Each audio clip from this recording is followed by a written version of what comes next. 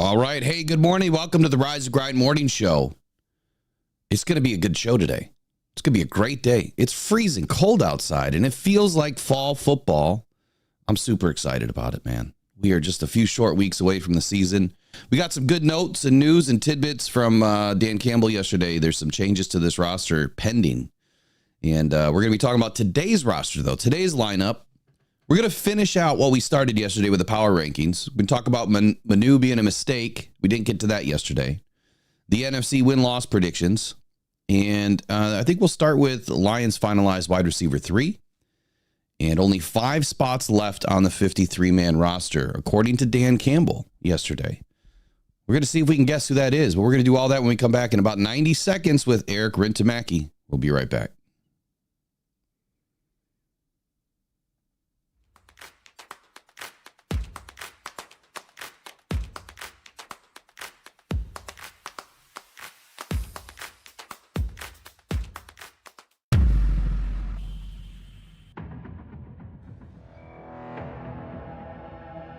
Adam Schefter at ESPN says there's 275,000 people. Well, that was some party in downtown Detroit. 775,000 people shattering the NFL draft attendance record.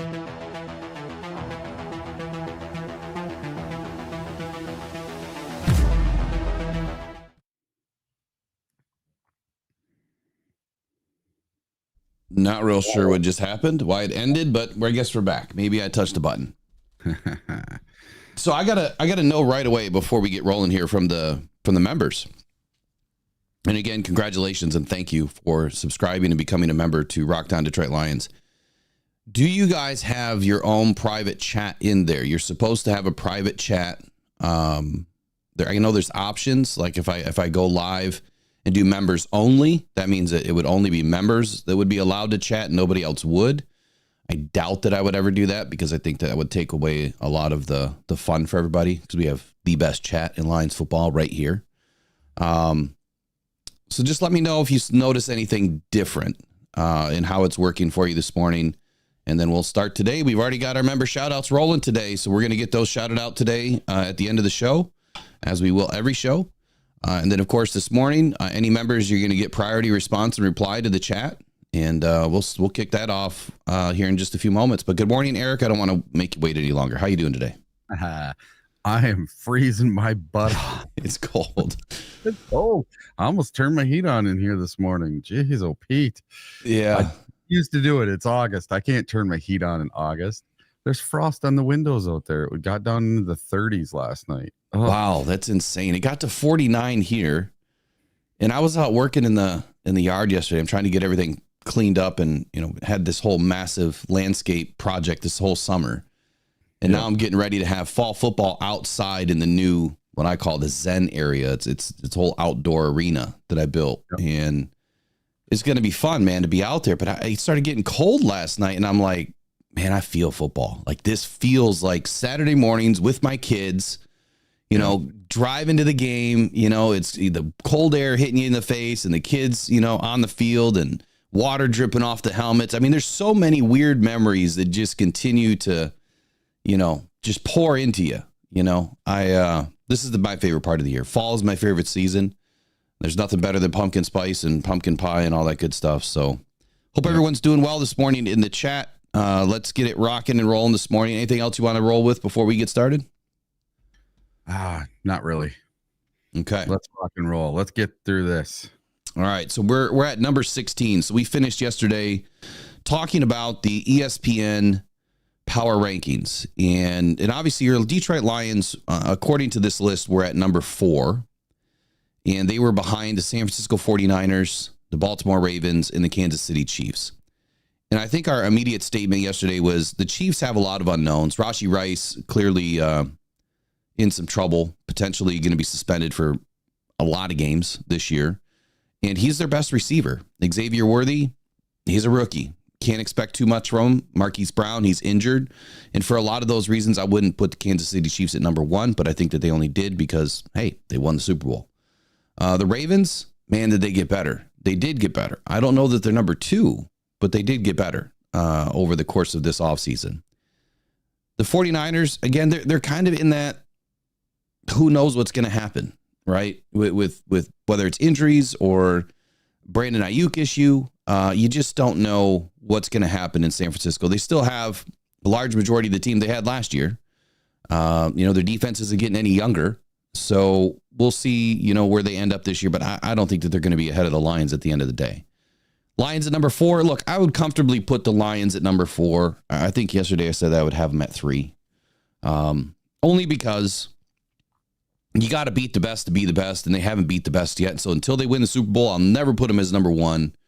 That's just me. You guys can crucify me all you want for that, but I want to see the Lions win at least an NFC championship before I can put them in a number 1 slot to begin the next year. But let's get cracking at number 16 here. Who do we have?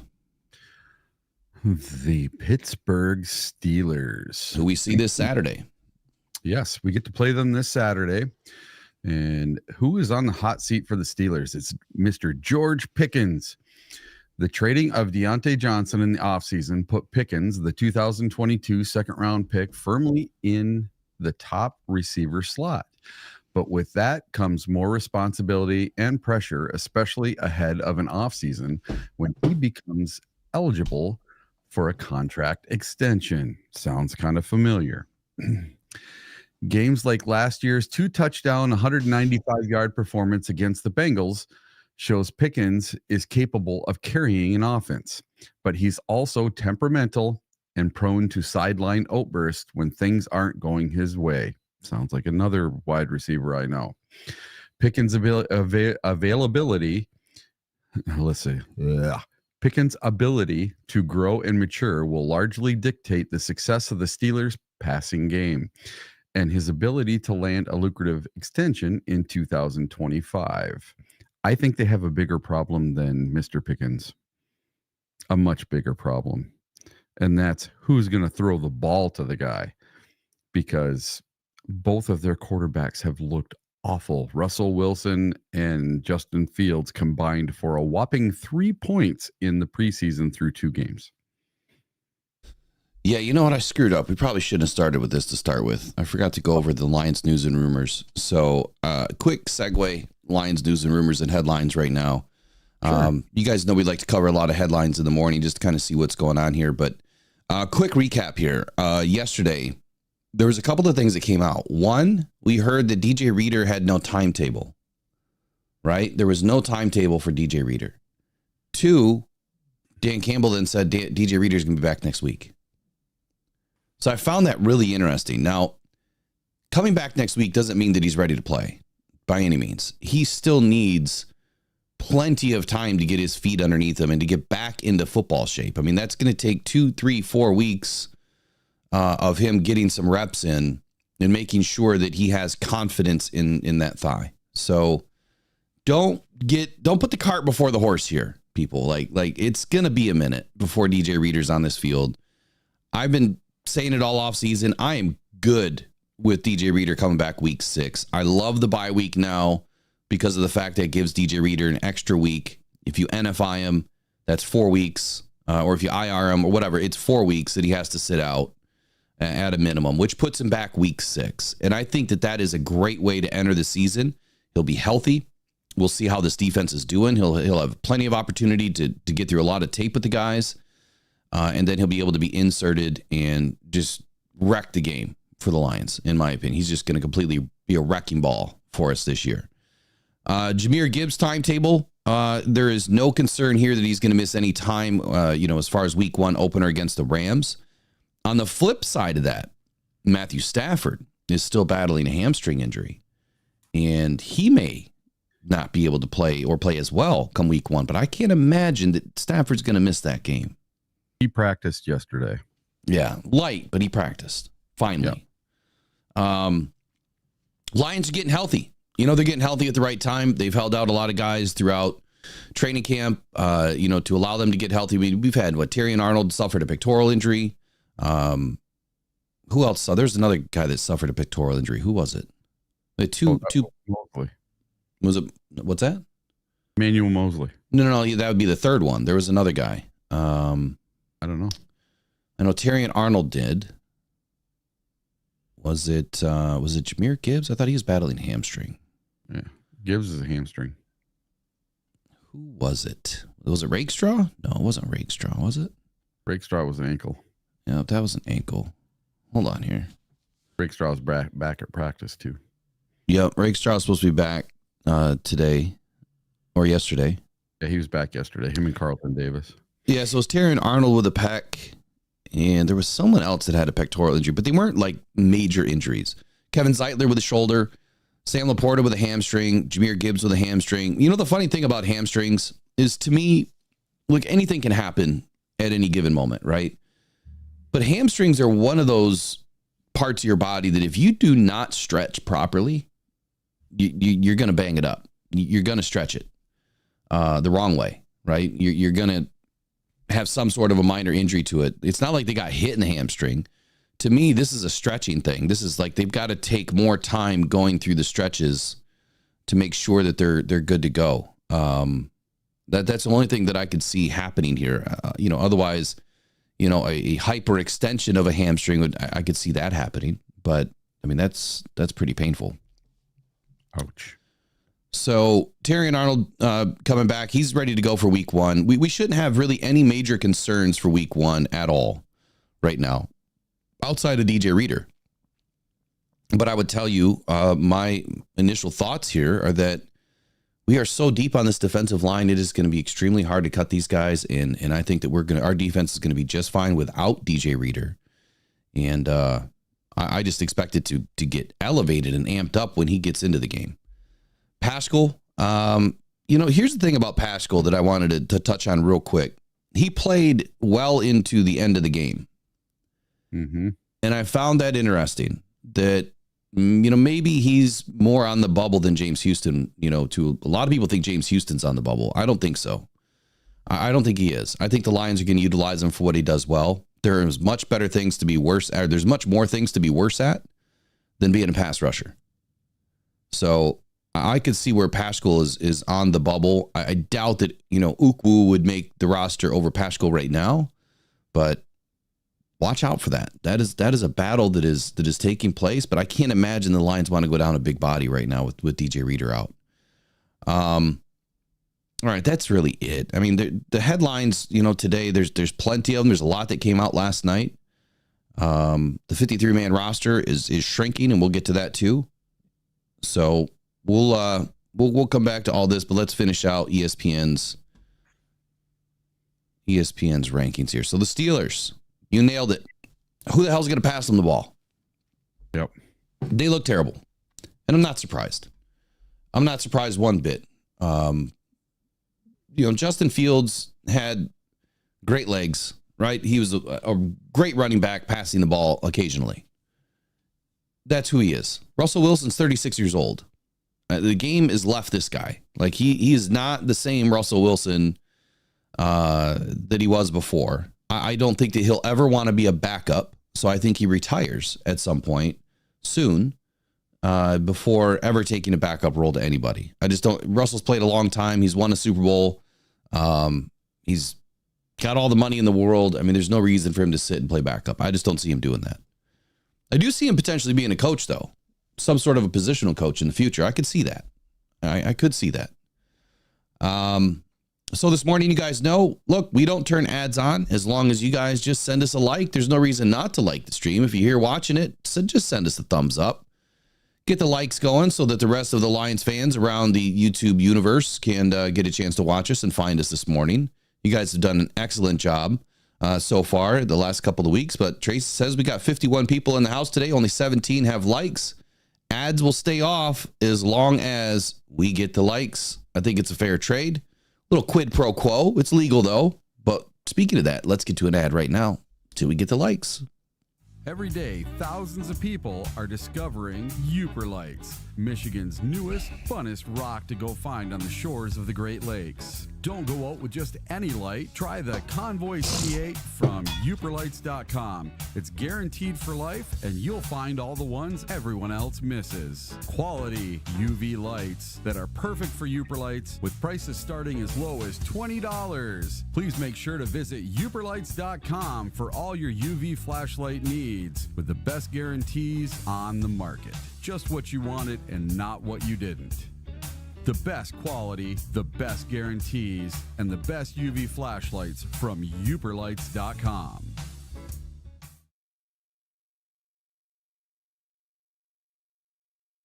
All right. I really just had to blow my nose. That's, had to do it. So here we go. Mike Kimber's in the house. Good morning, Mike, from Lions Talk by Chat Sports. I did promise that I would reach out to him. We got this little bet going. He thinks that Aiden Hutchinson's over 15 sacks this year. I think that Aiden's 15 or less. So it's going to be a fun little bet, little dinner bet, and swapping of shirts and merch or something like that to the loser at the end of the year. It's a fun little bet between creators, man. That's the way it's supposed to be. It's supposed to be fun in this space. No egos in the space, right? That's the way it's supposed to be. Got to have some fun once in a while. You might be paying for a dinner this year. Oh, man. Come on. That's all right. That'd be a great dinner to pay for, Yeah. I'm okay with that. All right. How do we do on the likes? Did we get any more, Trace? Chicago Bears are up at 17, Eric. You want to take that one away? Yeah, we're up to 32. All right, so number 17, the Chicago Bears. Who's on the hot seat? Coach Matt Eberflus.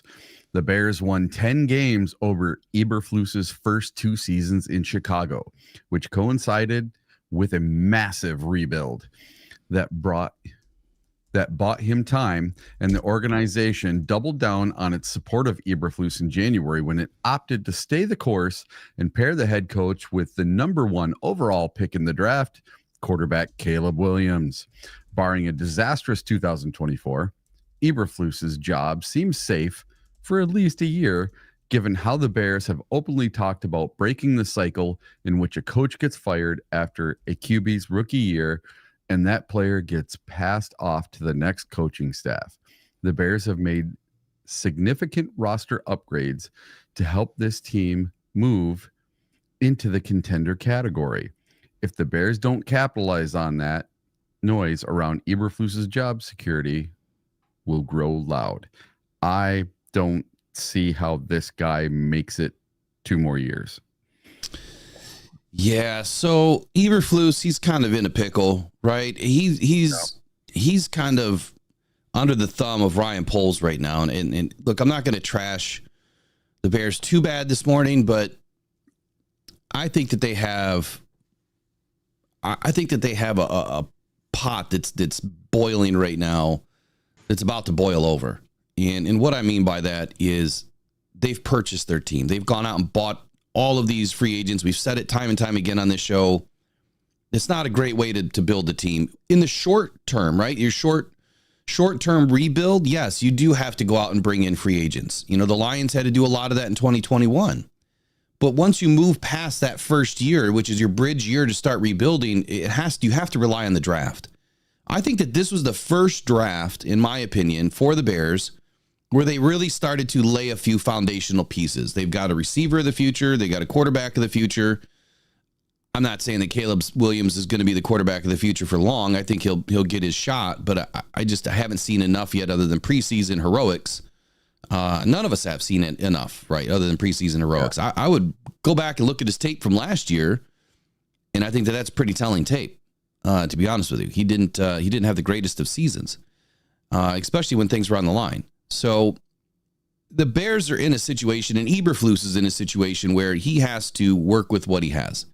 And I don't know their relationship. I don't know if it's as good as a Dan Campbell and a Brad Holmes. I don't know if any general manager head coach relationship is as good as that. But these guys are in lockstep, right? They're in tandem with each other when it comes to the draft, when it comes to free agents, how they're going to build the team culture, the identity, everything. So what you're seeing from the Lions, that's the way to do it. I think that's the new blueprint, a new old blueprint on how to do things. Certain things they do is old school. Certain things they do is new school.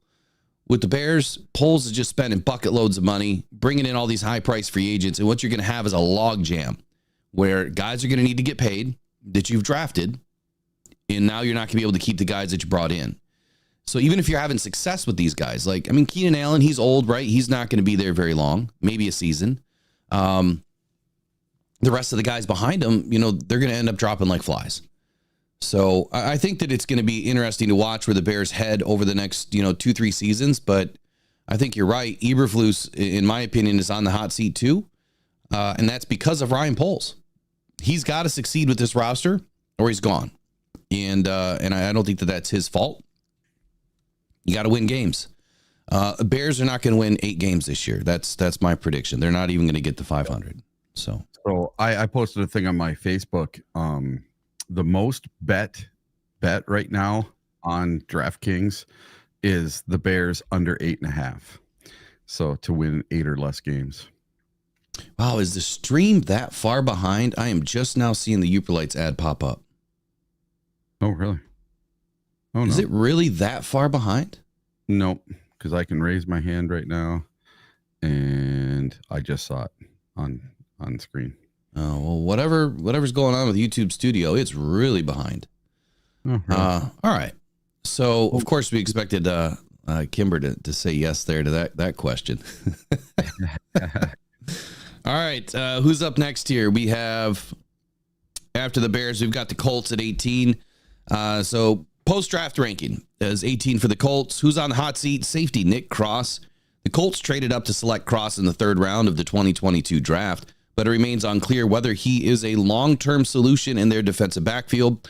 Cross has made 4 starts in 2 seasons and is still fighting to earn a spot in the starting lineup during this camp. He has played both strong and free safety, but coaches are still unsure what they will ultimately do with him. If he doesn't earn a starting role this season, his long-term future is cloudy at best, according to Stephen Holder. 3rd round safeties.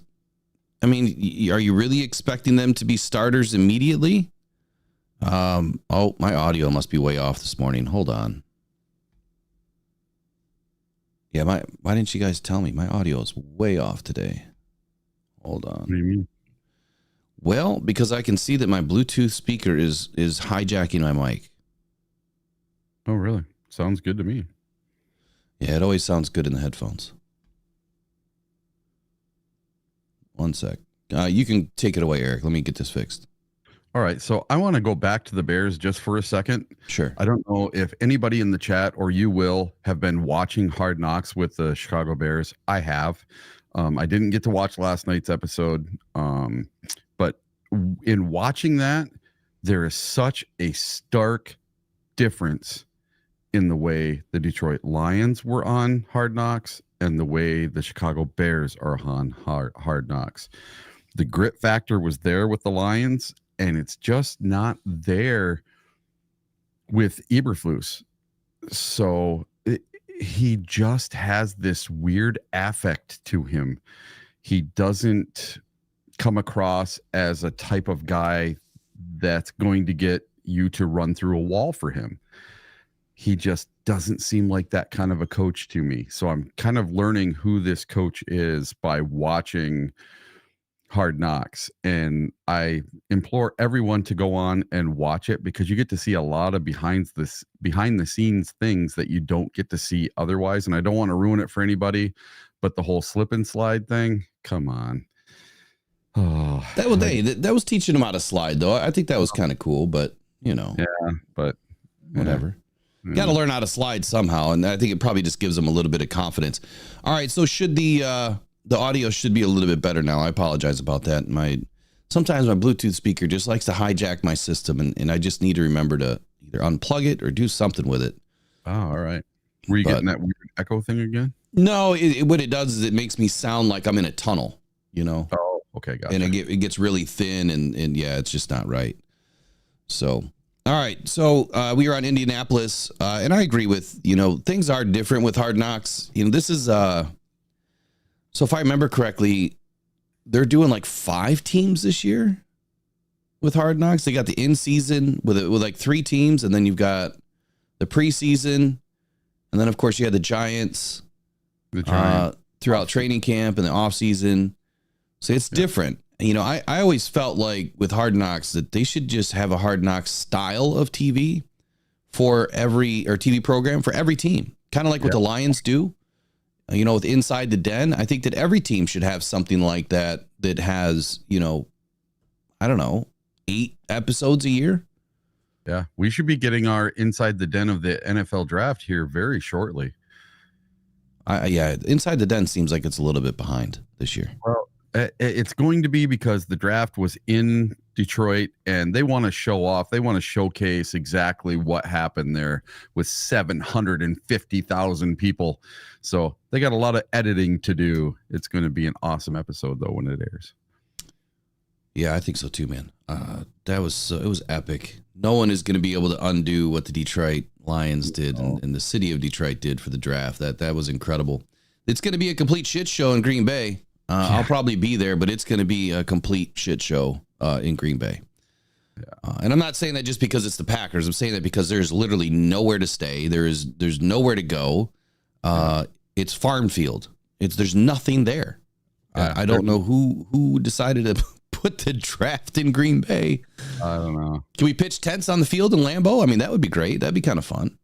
Hey, as long as I can step outside my tent and Free Willy and release the backlog of water every now and then on that big G in the middle of the field. I mean, as long as I can do that, I can channel my inner Goster chairless. Oh, jeez. Where's your boom boom on that? Yeah. There we go. Oh, Lord. Cake Man says, good morning. Good morning, Cake Man. He says, I love going down to the draft in Detroit. Yeah, it was a great time, man. It was a phenomenal week that week.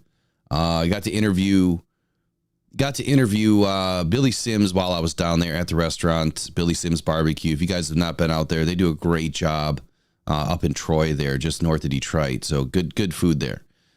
So with the Colts, man, look, the Colts is to me, they are a team that is rising. They started to have pretty solid defense last year. They've made a few good moves, with this team. Anthony Richardson really needs to show that he can stay healthy. If Richardson is healthy, he is a dynamic quarterback. Now, he's not your traditional size. I mean, the guy is huge, absolutely huge, but he has a rocket launcher for an arm. Yeah, he's got a cannon. Accuracy, that's what I worry about. Not that I really care if he throws an accurate ball, but that's what I would worry about for Richardson is his accuracy hasn't always been the best, but he's a guy that can tuck it and run it and then truck you to get to the end zone. I mean, he's a big man. He's like Henry, playing quarterback is what I see. Yeah. So Colts are on the up and coming. I think that they belong here at 18. I think that this is, I'm in line with a lateral move here that ESPN also states that it was a lateral move. I agree with it. I agree with 18 for the Colts, but I think the Colts could end up, shooting up the board here probably by week 4 or 5 after they pocket a couple of wins, just not against the Lions. Number 19, Atlanta Falcons. So Atlanta Falcons, this is a team that's on the rise. I feel like they are, misplaced at 19. I think that they are also well-deserved to be at 19. It's a tale of what's going to happen, right? There's two tales here. Can Kirk Cousins bounce back? And with all the moves that the Falcons made this year, I think that this is a team that could quickly enter the playoff race and have a pretty strong season. But according to ESPN and who's on the hot seat would be cornerback A.J. Terrell. Now, Terrell, who is currently playing without a contract for 25, is not in danger of losing his job as the Falcons' top cornerback right now, as there's no one on the current roster who threatens his cornerback 1 status. But one has to imagine the front office could consider a future without Terrell, who will make more than $12 million this season. He has not had an interception since his second team All-Pro season in 2021. That is a drought without an interception. But it's not like he's played terribly. Falcons are on the rise. I see the Falcons being a playoff contender for sure. Not a Super Bowl contender, but a playoff contender. You got to remember, this is Kirk Cousins. Love Kirk Cousins, what he did at Michigan State, but he has proved himself in the NFL that he can't get to the next level. He can get you to playoffs, just can't get you any further. So I think that that's going to be a similar issue this year with the Falcons. What do you think on the Falcons? Well, there's a lot of Lions fans that are going to become de facto Atlanta Falcons fans this year. Why do you ask? Well, the Atlanta Falcons signed all these guys that were supposed to be signed by the Detroit Lions. Matt Judon and who's the safety, Simmons. Those guys were supposed to go to the Lions, but no, they went to the Atlanta Falcons. So we're going to see how those two fellas work out for the Atlanta Falcons. I think that Kirk Cousins is going to end up being the NFL comeback player of the year. I bet $10 on it. I think it pays like $100, something like that. I'll have to look. Well, hold on here. Hold on. You bet it, or is this are you mixing your bets with your analysis again? Sure. Every now and then I got to throw one in. I'm going to look right now. I'm going to see what it is because I did bet it. Now, do you honestly believe that Kirk Cousins could be comeback player? Or are you just wishing it because it's a bet? No, I really think that Kirk Cousins will be this year's comeback player. Look, I'm just giving you some crap, but I think so too. I think that Kirk could be that guy. I mean, anybody that comes back from an injury like he did or like he will and can have a phenomenal season like he could have. Yeah, I mean, he's going to be in the running, but you know who they're going to give it to first? Who? Karen. Stupid Jets. No way. Yeah, okay. They're going to give it to Karen Rodgers first. I guarantee it.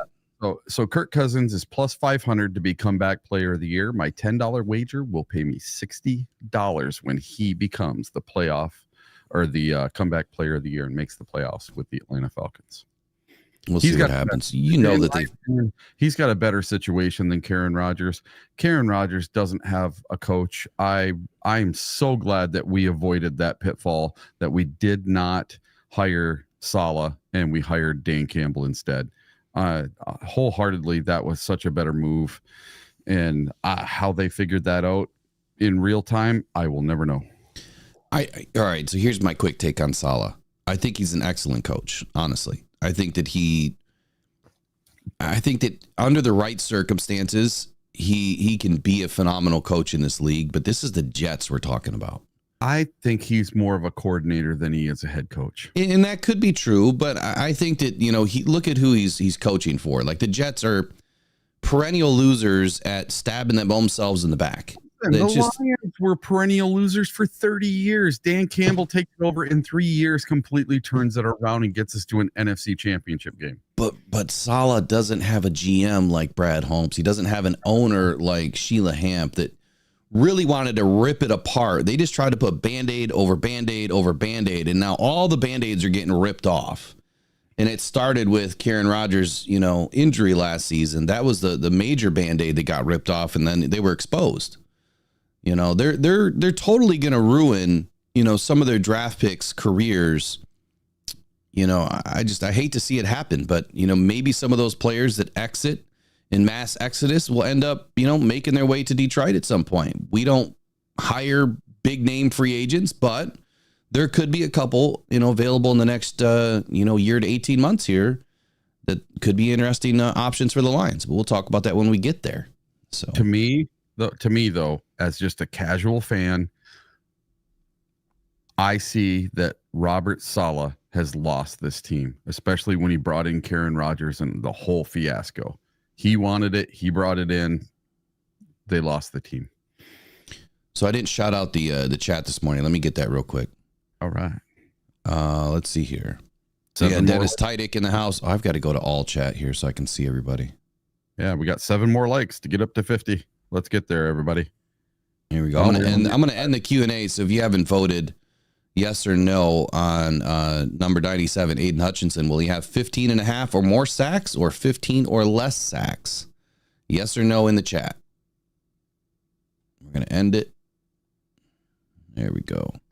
All right, so we started off. We got Peter Van Larhoven. We got Trace in the house. Superintendent Chalmers, J Mommy, Michael Lukes, Shane Smith, Brandon.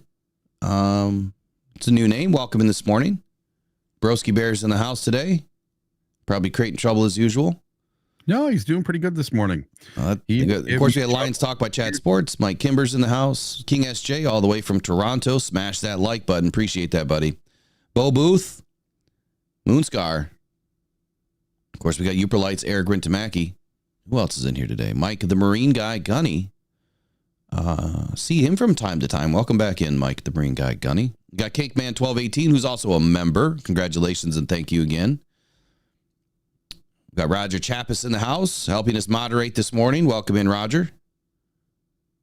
J Mommy's in the house. Motown Mitch, Rick C, DLR Van Halen, who's also a member. Appreciate you. Brent Lighton, T-Roll Bigums. That's a new name. Welcome in this morning. Bobby Stark is here. He's always hiding in the background. Appreciate you here. Larry Williams, that's another new name. Haven't seen in a while, at least. If there's anybody I missed, and I'm sure I missed a lot because I don't have all the chat open, I appreciate you guys joining and listening from afar or watching or whatever you're doing this morning. It's all Lions every day, each day.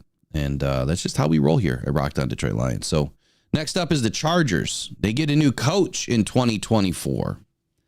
Jim Harbaugh is going to be, in my opinion, a game changer for the Chargers. That's hard for me to say that because I've watched him over the years. I don't think that they're just going to come out swinging this year. I mean, I think that they're going to be improved. I think systematically you're going to see Harbaugh's footprints or fingerprints, all over this. Well, I guess you could either one foot or feet, doesn't matter. Feet, fingers, whatever. He loves to run the ball. He loves smash mouth football. And he's got a heck of a quarterback to start with. I can't imagine a head coach walking into a better position than the Chargers. Kind of like Caleb Williams walking into the Chicago Bears. Like that was a perfect situation for a rookie quarterback to enter. Same situation for Harbaugh. He walks in with a dynamite quarterback and a plethora of other options, including, pretty solid wide receiver. So I see where Harbaugh is probably going to get this team into the playoffs this year. But I don't see them going much further than round one. I could be surprised, but I think that this is going to be a perennial team in short order. I think that they're going to be back to the playoffs year after year and continue to build. But we have to see what's going to happen with Herbert, over the next couple of seasons. Is he going to stick with the team or not? Is Harbaugh going to go out and find his quarterback of the future? He had an opportunity this year and he didn't take it. He stuck with Herbert. So Johnston is on the hot seat. Speaking of the receiver that I felt was pretty good, someone that, I wouldn't have minded becoming a Detroit Lion last year, but there was more, negativity than there was positivity surrounding his ability at times. Hell of a receiver in college, but he lacked in certain areas that I wasn't real fond of. But Johnston was the second receiver taken in last year's draft. He struggled in the first season, and according to NFL Next Gen Stats, he had a 6% drop rate, which was the highest of any rookie with at least 50 targets. Now, Coach Jim Harbaugh has said he has been impressed with Johnston, but Johnston has mainly worked with the second team throughout camp. That is enlightening. If he struggles again this season, he could be at risk of the Chargers moving on from him, according to Chris Rim. There's no way the Chargers are going to move on from Johnston. You're not going to waste that high of a draft pick, in my opinion. If they did, it would have to be a trade scenario that would net them at least a second round pick in return, which I think is way too high for Johnston right now, just based on what he's been able to do. But the Chargers at 20, I felt that they could have been top 15 on this list. To be honest with you, I think that they're a team that, like I said in the beginning, they're going to make it to the playoffs, but not much further. So I'm going to put them in the top 15 for me. What do you think, Eric? Well, speaking of this wide receiver, Quentin Johnston, so wasn't he on the Horned Frogs team that took Michigan out of the playoff? Yeah, I believe so. Okay, and then Jim Harbaugh ends up getting him as a player on his own team. The irony, right? Yeah, the irony. And so I was listening to Dan Miller last night, and he was having a chat with somebody, and they were talking about what a stark contrast it is between Jim Harbaugh and Dan Campbell. Dan Campbell just tells you everything. He tells you the truth about injuries. He tells you what he's thinking, and he's always been very truthful. He's not deceptive. And I guess apparently this week, Jim Harbaugh was asked about an injury to a player, and he said, "I'm not a doctor. I don't deal with injuries. If you want to see injuries, look at the injury report." So that's a great answer, but I want to warn everybody about something here. Dan Campbell is probably the most honest coach you're going to see. He doesn't give you a ton of coach speak, when talking to the reporters and his media availability, but I'm going to warn you. Now, this is not a knock on Dan at all. He is the most honest salesman of a coach you will ever see. He knows how to use his words to tell you just enough, but nothing at all. So he's appearing to be honest and forthright and, telling you everything that you need to hear, which he is. And I respect the hell out of him for it. But he's also not telling you anything at the same time. So think about that the next time you listen to his press conference. Key in on what he's not telling you. It's fun when you really sit back and try to analyze him like it's an interrogation. Like you just got to sit back and try to feel him out for what he's really trying to convey to the larger audience. And then, his quotables and just kind of sifting through his quotables. They're so difficult to read. And I think it's done by purpose. It's also just who Dan Campbell is, man. He's just a free spirit. The guy just wants to win. And, he doesn't feel like he has to hide anything from anybody. But at the same time, he's not going to give you the answers, man. He's not going to give you the tidbits that are really going to make or break the week for him. You know what I mean? You know where I'm going with this? It's just, he's not going to tell you what you really need to know. He's just going to tell you what you have to know, that the league mandates that he has to say. But that was a great answer by Jim Harbaugh. That's a great way to kind of pass the buck on and not have to answer the question. Yeah. I just thought it was kind of funny that he's so super tight-lipped and Dan Campbell's the opposite. Yeah. Oh, we got a new name in here. We got Dixie Normus. He says, yo, or she or whoever says, yo, shout me out. There you go. Shouted you out. Welcome in this morning, Dixie Normus. Okay. Yeah, Dixie. Oh, Lord. Nice name. We did it. Sorry, we did it. All right. Tampa Bay Buccaneers. You guys are next. The post-draft ranking was 19. They're now at 21, so they've dropped 2 spots. And who's on the hot seat?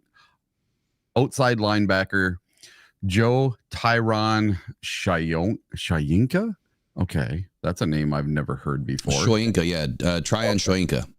All right. The Bucs opted not to pick up Shoyinka's 5th-year option, so this is the final year of his rookie contract. He has yet to eclipse the 5-sack threshold in a season and lost his starting job after Week 12 last season in favor of Yaya Diaby. On top of that, the Bucs used a 2nd-round pick in April's draft to select Chris Braswell. Coach Todd Bowles has stated that Shoyinka is a chess piece and that their most athletic guy.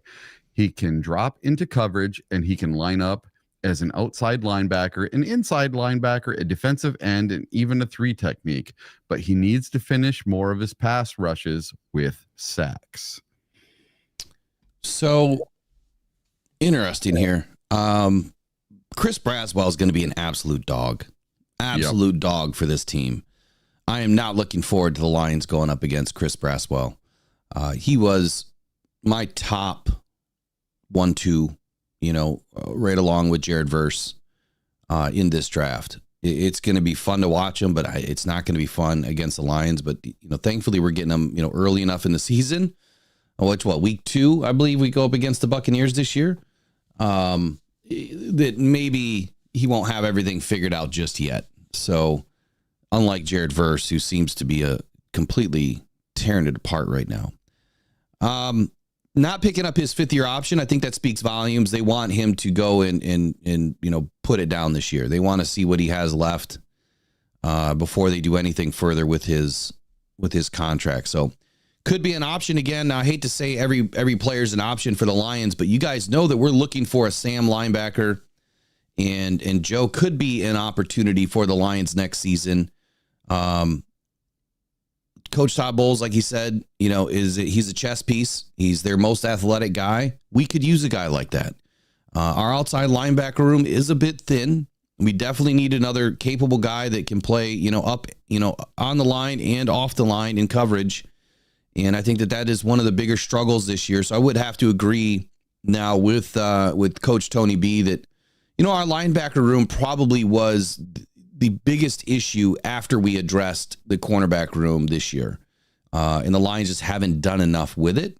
And I think that it's starting to show here at the later stages of camp that, we could really use another outside linebacker sooner rather than later.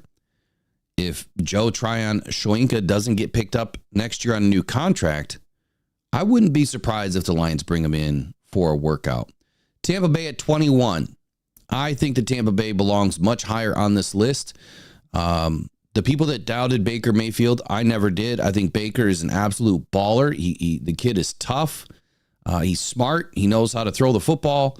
And for all those reasons and even more, this team has gotten better year over year, in my opinion. And I think that the Tampa Bay Buccaneers will be back fighting and clawing to stay relevant this season. But I think that they're going to make it into the playoffs again this year. 22, we got the Seattle Seahawks. Post-draft ranking, they've gone down from 21. We'll do a quick shout out here real quick to Motown Mitch. So he says, did you guys see DPJ balling in practice yesterday? Crazy how good he looks with Goff tossing him the rock. Who on this green earth has been saying that Nate Sudfeld is a problem, right? Yep. And that these guys need to get time with Jared Goff. Who? This guy, right? And now DPJ goes out and does it. How has he been saving his energy to get into the final, couple weeks of practice here and to finally say, okay, here I am. But I've also been telling you guys that DPJ is a lock on this roster. We don't have anybody else besides Darius Fountain who's really made a case. And, we'll talk about wide receiver 3 and all of that here in just a minute. I don't want to give all the goods away.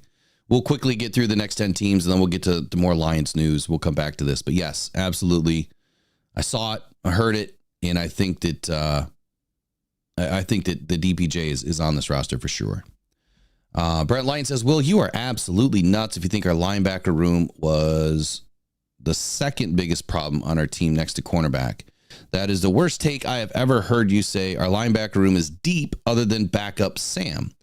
So be careful. Number one, it is a problem because we keep bringing in linebackers. If it wasn't a problem, we wouldn't be bringing in linebackers. We brought in six, seven linebackers this year. And consistently. So it is a problem. They're trying to fill out 6 roster spots, and it's been an issue. They put James Houston outside linebacker, then they scrapped that plan. It just hasn't worked out for them. We do not have an outside linebacker right now that is better than Alex Anzalone. They can back him up, or behind Barnes, they can back him up. It is a problem. And it has been an issue on the defense. Now, you got to remember what I said here. It's after we addressed DB on the defensive side of the ball. It was an issue that I thought should have been addressed in the draft. We already took care of the offseason acquisitions with Davenport. I was good with that. I never saw any issue with Davenport. We also addressed the defensive line with DJ Reader. So if defensive line was set and edge is set and cornerback is set, what else is left? Is it a shit take now, Brent? I don't think so. So 22, Seattle Seahawks. Who's on the hot seat? Quarterback Geno Smith. Smith could go from the hot seat to the catbird seat. I'm not sure what that means. As in positioned well for a new contract next offseason in a matter of months. If his strong start to training camp leads to a bounce back in 2024, but his future in Seattle beyond this season has appeared to be in question after his up and down 2023. So non-committal comments from John Schneider and the general manager's decision to trade for Sam Howell as an immediate backup and potential heir to Geno Smith. So Geno Smith is under contract for 2 more years and is scheduled to make at least $25 million in 2025. Look, Geno holds the ball a little bit too long, but I don't see how he's really on the hot seat right now. I think he had a pretty solid season last year, but he does hold the ball a little too long. The fact that he's only making $25 million in 2025, that is cheap for a quarterback in today's market, especially a starting quarterback. Sam Howell being his immediate backup and potential heir, I don't see where that's better than Geno. But hey, this season with new coaching staff, they're probably going to want to go in their own direction, sooner rather than later. So I guess I could agree that at some point, Geno Smith, whether it's halfway through the season, if he's not having a good season, or maybe next season, he's probably going to get moved off, off to another team, or whatever happens, get cut, traded, only because this new staff probably wants to bring in their own quarterback. What are your thoughts on the Seahawks? And no, I don't believe the Seahawks are going to make the playoffs this year, even though they're a pretty strong team. I don't see it happening. I am really struggling to see where the Seahawks are going to end up this year. They have a brand new coach, brand new coordinators, brand new everything. And you have Geno Smith. Geno Smith was okay, but Geno Smith was never amazing. They did get him on a contract, locked him up for 3 years, I think, on that contract, and got him fairly cheap, $25 million a year. That's pretty darn good.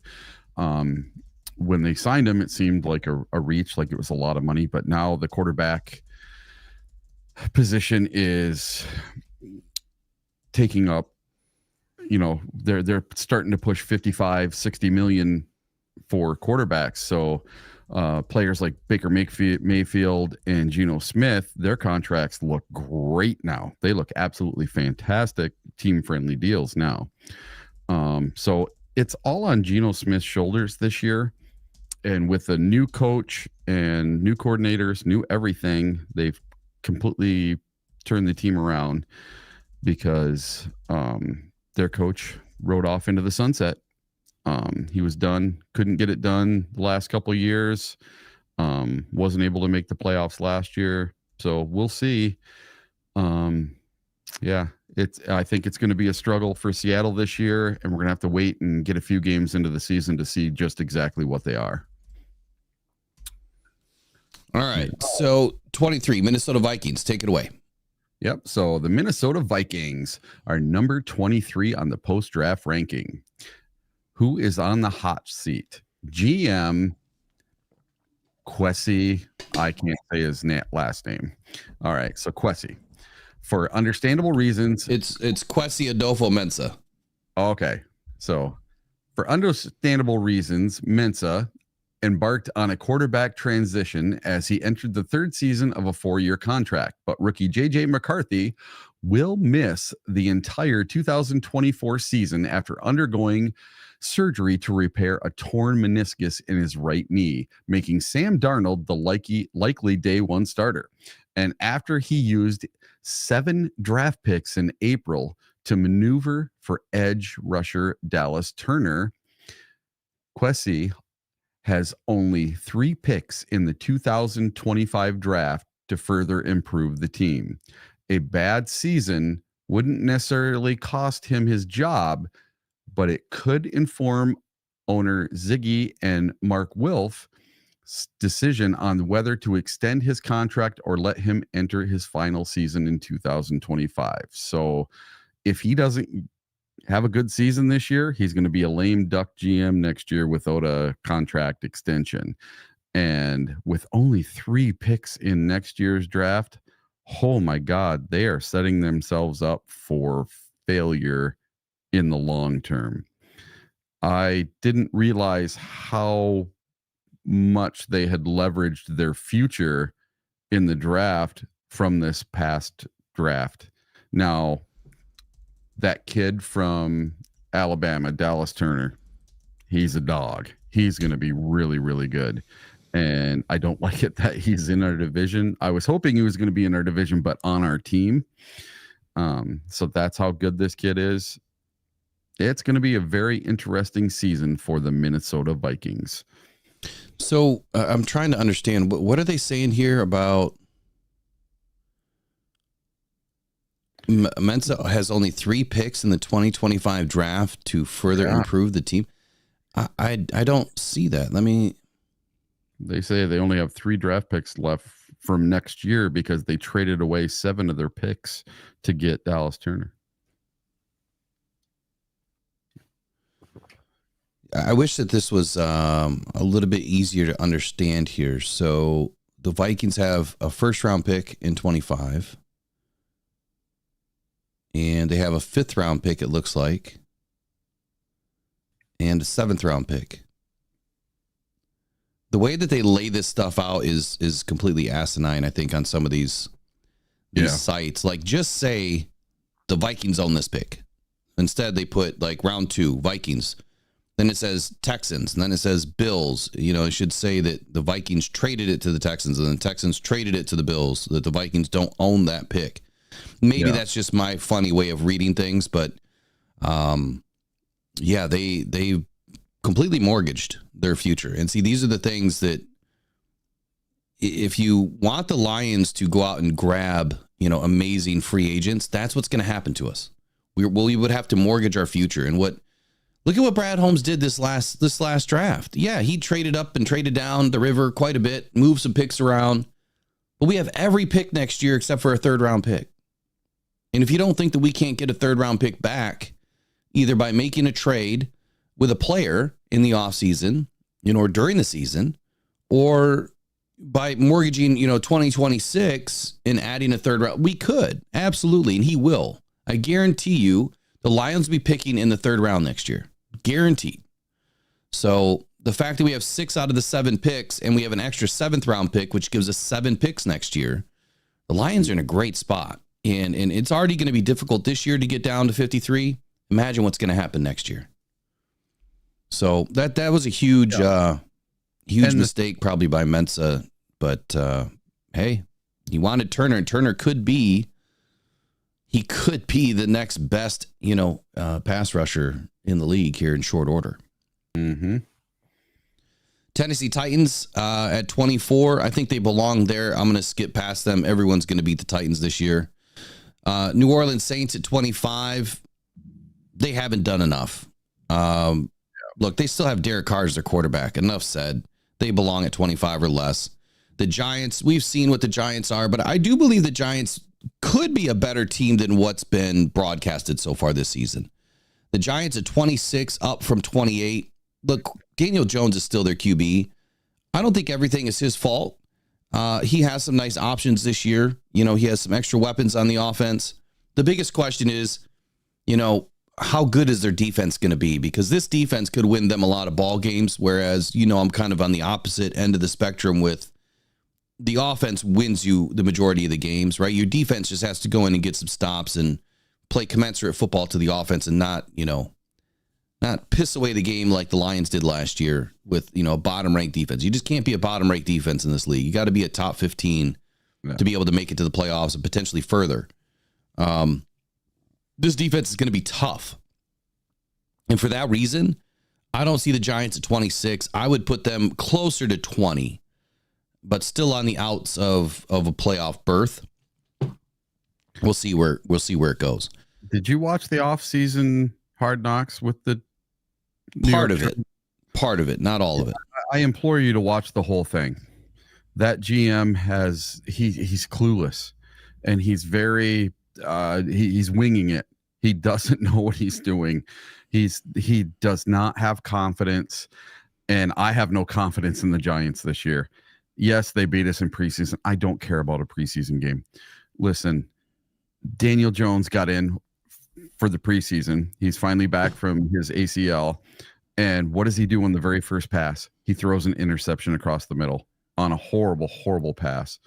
And I just don't have any confidence in Daniel Jones whatsoever to come back from this injury and be the player he was 2 years ago.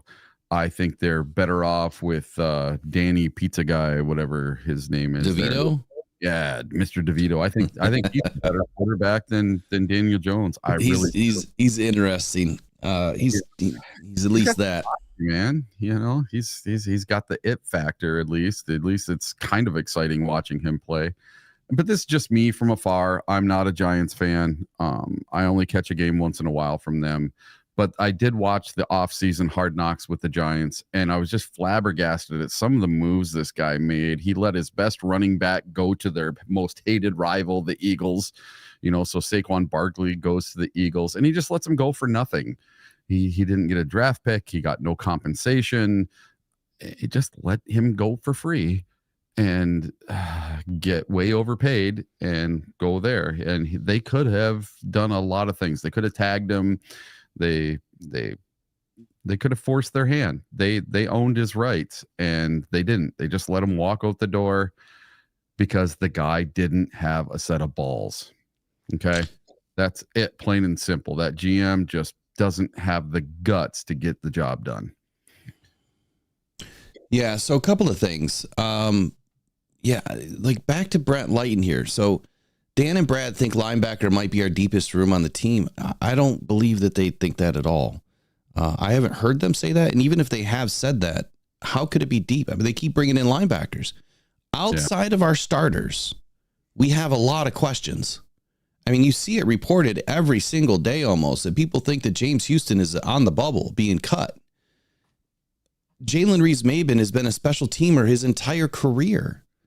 Yeah, he got a big contract, but we also need special teams this year because of the new kickoff rule.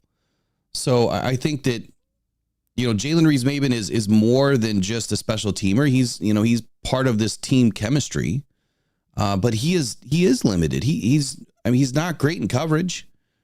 He is decent in the run game, but if you go back and look at the history with Jalen Reeves-Maben, I mean, I think they gave him a contract because of what he did. It's not, from his past play, not the future play here. There's still a lot of questions here. I mean, Jalen has been listed as the third option in outside linebacker on the depth chart. Now, the depth chart is kind of meaningless right now, but if he's listed as a third option right now, that's kind of telling. Now, he hasn't really played a ton, right? So I think that answers the question that he's on this team. But outside of Jack Campbell, Alex Anzalone, Barnes, and Jalen Reeves-Maben, those are your top four linebackers. Malcolm Rodriguez, a late round pick in 2021, was not ever meant to be a starter, but because the linebacker room was so bad in that first season, Rodrigo, being a smart, heady player, was able to play the defense the way the defense was supposed to be played. He was just in the right position at the right time. He was doing what was asked of him to do, so he was outperforming the rest of the linebacker room. That's why he got a lot of playing time in his first year. But then in year two, he disappears. He completely disappeared. And then in year three, last year, he really disappeared. And so that would tell me that, if you've got to now take a linebacker and throw him in as an H-back, that's kind of a problem.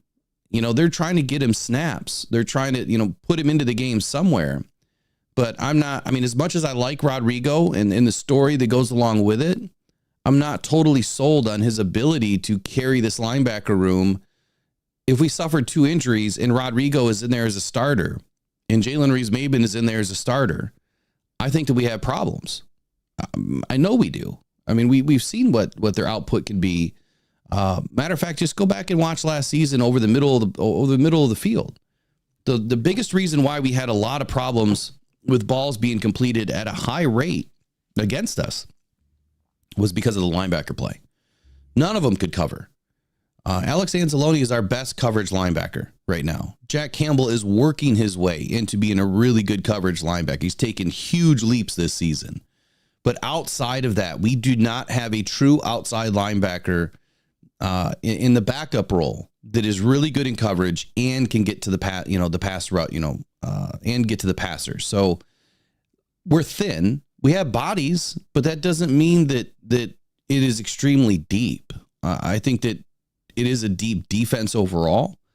I think that our edge and our defensive line are fairly deep, but I think the linebacker room is an area of concern. Otherwise, you wouldn't have seen a UFL guy just picked up, a former Bear of 4 years picked up, this last week. Now we did suffer an injury to Malik Jefferson. He's on IR now. So they did need to bring in another body because they need guys to play in the preseason game, which I am expecting to go to the game. So I'm going to go get to see these guys up close and personal and get some more looks at these guys before I put my 53-man together. So I'm expecting to be there. Don't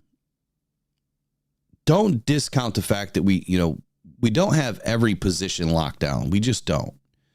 But our starters, I think we're fine. It's just some backups. I think we still need a little bit of help. And I'm not the only one that thinks that either. And good morning, Anthony Tottenham. I think I missed your when you joined this morning. Raiders. Let's get to the Raiders. We didn't cover the Raiders yet, right? Nope. All right, so we got a few left here. So Devontae Adams, I think he becomes a Jet at some point. They're saying that he's on the hot seat. Look who's throwing him the ball. They just named Gardner Minshew the starter. Yeah. So not a good situation for the Raiders. But Devontae Adams clearly is not happy. I mean, he went out there for money, but he's not happy out there. There's not a good situation to be in. It's too bad that they're wasting their defense. Like Max Crosby should have demanded, some sort of a trade because he's on a team that's never going to win right now. The Commanders down at 28. This to me is crazy. I think the Washington Commanders are going to be a team that shoots up the list this year. I'm not going to put them in the playoffs just yet, but I would put them into the top 21 teams for this season, where they would finish. And then at 29, the Arizona Cardinals. This to me is the biggest oversight. The Arizona Cardinals are going to be in the playoffs this year. They are going to be the 2024 Texans of 23. If you follow what I'm saying here. The Texans made a huge jump in 2023 after bringing in C.J. Stroud. The Arizona Cardinals are going to make a huge jump after bringing in Marvin Harrison and, some of the other players that they brought in this offseason and during the draft. This team, and right now Kyler Murray is playing lights out. So this team is going to be up in the playoffs. They're going to be making some noise. Arizona Cardinals are going to be the comeback team of the year, in my opinion. New England Patriots at 30. There's not a whole lot to be excited about here. Anything you want to add to the Commanders, the Raiders, the Cardinals, or the Patriots? Patriots might be 32 this year. They might be lucky to win 2 games. Wow. That's a huge take. So under a new coach, Gerard Mayo, an executive VP of players personnel, Elliot Wolf, the Patriots are expected to undergo some growing pains. You think it's going to be tough around New England for a couple of seasons. So there aren't really too many hot seats, I guess, is what ESPN is stating here. Other than their guard Mike Onwenu, like if he's on the hot seat, why did they bring him back?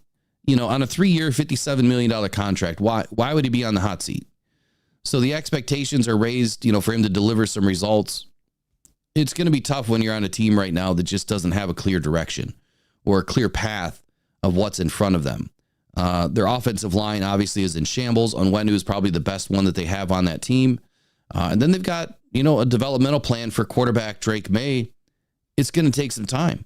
It's not going to be, a good season for them. What was a perennial playoff contender and Super Bowl contender for 2 decades. This team is probably going to go through 2 years of rebuilding, and they'll be back probably by 2026. Denver Broncos, they're in the same boat. They've gone through a total transformation here. They lost a lot of good players. I think that, this team is going to be reeling for the next season or two. They didn't have a whole lot of draft picks this year because of what they've done in the past. And it's going to be tough sledding for Sean Payton, but you can never really discount Sean Payton. The guy's absolute brilliant when it comes to coaching. If anybody can turn the Broncos around, I think it's going to be Sean Payton, but something tells me all of his work that he's going to put in between last year, this year, and potentially next year, he's not going to see the fruits of it, because I feel like the Denver Broncos, after he gets them through a rebuilding phase, they're going to bring somebody else in. I don't know why I feel that way right now. I just feel like that's going to happen to Sean. He's putting in all the blood, sweat, and tears with this team, and he's had, some disagreements and some arguments with Russell Wilson last year that was during the game. I watched it happen during the Lions game. And that was why Russell Wilson was no longer with that team this year. They didn't get along at all. And I don't know if that's Sean, butting heads with players, if that's been a commonality with him, but I hope not. We'll see what happens with the Broncos. I just don't see him doing anything. Carolina Panthers at 32. I think that this is go ahead. Hold on. Sure. Before you go any further, your team to make the big jump is the Arizona Cardinals. Yep. Mine, the Denver Broncos with 70-year-old Bo Nix at the quarterback position. He's going to be named the starter, and you watch. They tore up the Green Bay Packers in the preseason. You watch. Bo Nix is going to be an okay quarterback. He just might be. Hold the phone here. It's just preseason. It's draft. It's just preseason. Yeah, but he might be better than Caleb Williams. He might be better than a whole bunch of people. All these stories. Bo Nix might be the quarterback of the draft. Did I just hear for Caleb Williams that you have absolutely for Caleb Williams? I might not. Wow. All right. 32 Carolina Panthers. They don't belong at 32. Bryce Young had a terrible rookie season. Absolutely terrible, but it was expected. I think that Bryce Young's a little bit too small. I hope that he's added some bulk and some weight in this offseason. Really haven't paid a ton of attention to him, but they brought in wide receiver Xavier Legette. They spent $150 million on their offensive line with Robert Hunt, Damian Lewis. So he will be protected a little bit better this year. Last year, he was kind of running and gunning all season long. Had to get out of the way of the pass rush. It seemed like every damn down. So Bryce Young does have a really good arm when he has time to throw. And so that's what I'm looking forward to this year out of Bryce Young is now that the offensive line is starting to get figured out. And he's got a weapon with Xavier Legette, who was my prize choice in the third round to become a Detroit Lion. Had the Lions felt it was reasonable to add to that wide receiver room this year. Didn't happen, but I expect for the Carolina Panthers to be sniffing the playoffs this year. Wild card at best, but I'm going to put them in the top 20 as where they're going to finish. So I'll put out a full report on this in the next couple of days. I'll probably do a little video about it and just kind of rank everybody where I see them fitting at the end of the season.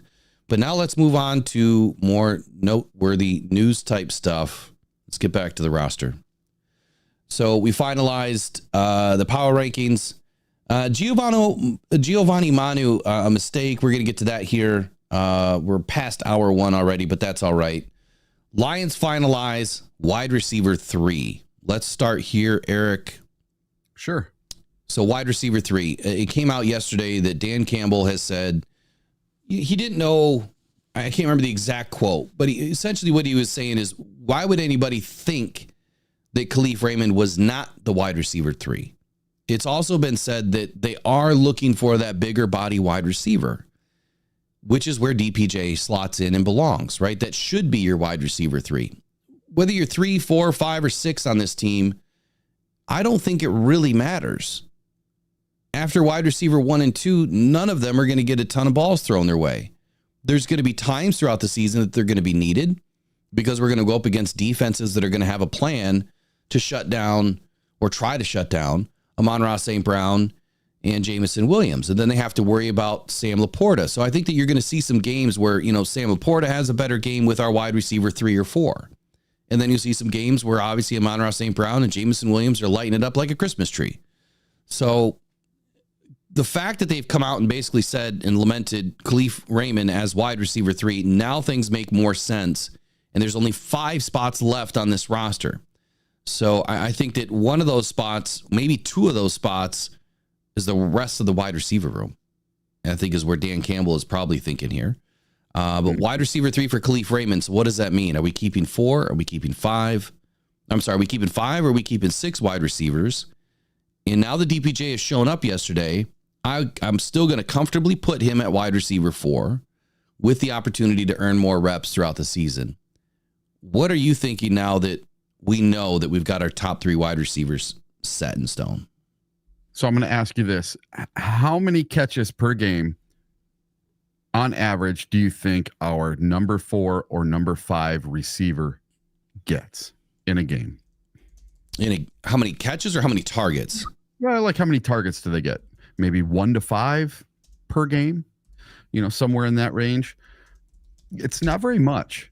And listen, DPJ has been killing it in practice with Jared Goff, but he gets to the games and it's just not clicking. So is it the receiver or is it the quarterback throwing him the ball?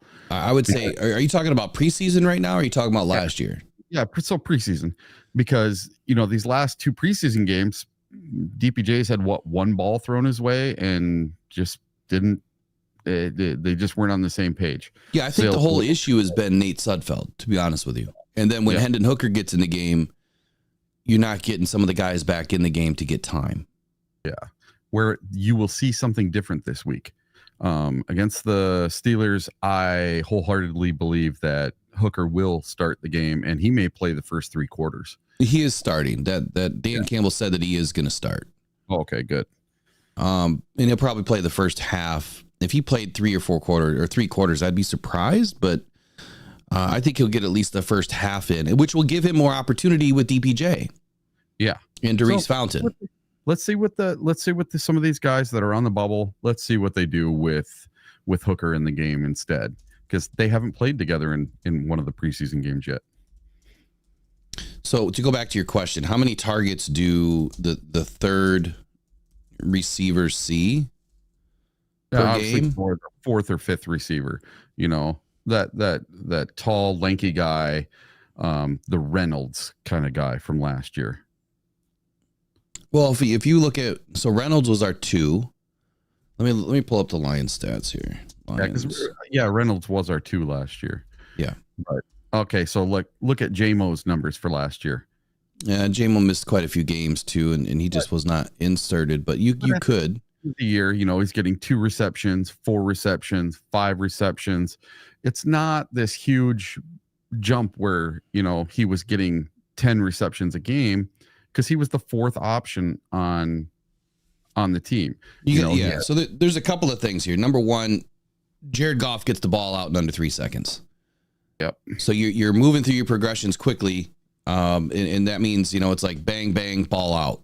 So if your first and second option are open, that ball is going to be out. If it goes to third or fourth option, that's where you're getting into the third and fourth wide receiver. After Sam Laporta, after Amon-Ra St. Brown, after your second option, if they're in there, depending on what the set is. But just think about this for a second. Khalif Raymond and Jamison Williams, both 44, 42 targets on the entire season. Yep. Okay. Khalif Raymond missed a couple of games, I believe, last year. He was in all 17 last year. Yeah, he just missed in the playoffs. So Jamison Williams obviously missed 5 games last year. This is just regular season that I'm talking about. Yep. So 44 divided by 17 games, that's 2.5 targets a game. Yeah. So when you look at, let's just call it 3. So if they were to get 50 targets as a wide receiver 3, and probably 40, targets as wide receiver 4, I would be really surprised. And I'm not saying that they're meaningless. I mean, I think it depends on what you do with the ball after you catch it. But there's just not a ton of real estate here for these guys. That's why the wide receiver 3 and 4 position is not critical for most teams. They're circumstantial positions where they're utilized when needed, right? When you have to get down the progression chart and find somebody open, or in the unlikely event, which occasionally does happen, where they are the option. You just don't know that they're the option. And they're, kind of decoys for a large portion of the game. And then next thing you know, bang, in the fourth quarter, when you need a play, there's your third or fourth receiver that you haven't been paying attention to all game makes a play. Who was excellent at doing that? Josh Reynolds last year. When Josh and Jamison and Amon-Ra St. Brown were in, you'd see that pop from Reynolds like in the fourth quarter when we needed a 17-yard first down. And it would happen time and time and time again. That's where I feel like your third and fourth receiver have to be. Yeah. They have to be available, number one. But number two, they have to be trustworthy. And that's what I loved about Josh Reynolds, man. The guy was always trustworthy when needed. Yes, he had a couple of bad, bad targets or bad receptions, drops, whatever you want to call it, when we really needed it. But there's a lot that went wrong in that game too. So I'm not going to penalize him for a whole season based on one or two passes out of the year. Yeah. And the same goes for Khalif Raymond. Like he wouldn't have a catch all game, and then it's 3rd and 17 in the fourth quarter with 4 minutes to go, and all of a sudden, boom, hey, Khalif just got 21 yards. Right on. Where was that guy all game? He was out there, just wasn't getting the targets. When you're feeding Sam Laporta, you're feeding St. Brown, you're trying to feed JMO. You got these other guys. You got Gibbs and Montgomery. Your third, fourth wide receiver, they don't get all that many catches. They don't get that many looks. But when they're needed, they're there. All right, so let's dig deep in the chat. Eric, if you want to start pulling some things out as we see it that are relevant to what we're talking about. I want to pull one out right now. So there was a question in here by Superintendent Chalmers. Question: how did Raymond do in 2021 when he was essentially our wide receiver 1/3 most of the season? So that's a great question. Now, Raymond obviously has aged. I think he's 30 years old. But he has been, fairly consistent player for the Lions, trusted. But in 2021, he had 71 targets, of which he caught 48 balls, 576 yards, scored 4 TDs, had a long breakout touchdown of 75 yards. He had 8 big plays on the season, no fumbles, 264 yards after the catch, which is huge. More than half of his yards came on yak. He played in 16 games, so he was available again all season. And his catch rate, which would have been 48 for 71, 67%, not the greatest, but I'll take it.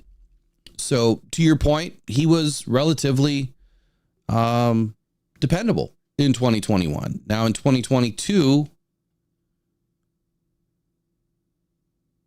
that's where we saw an uptick in his receiving. So in 2022 is where he was right behind Amon-Ra St. Brown, 64 targets on the year. He was our number 2.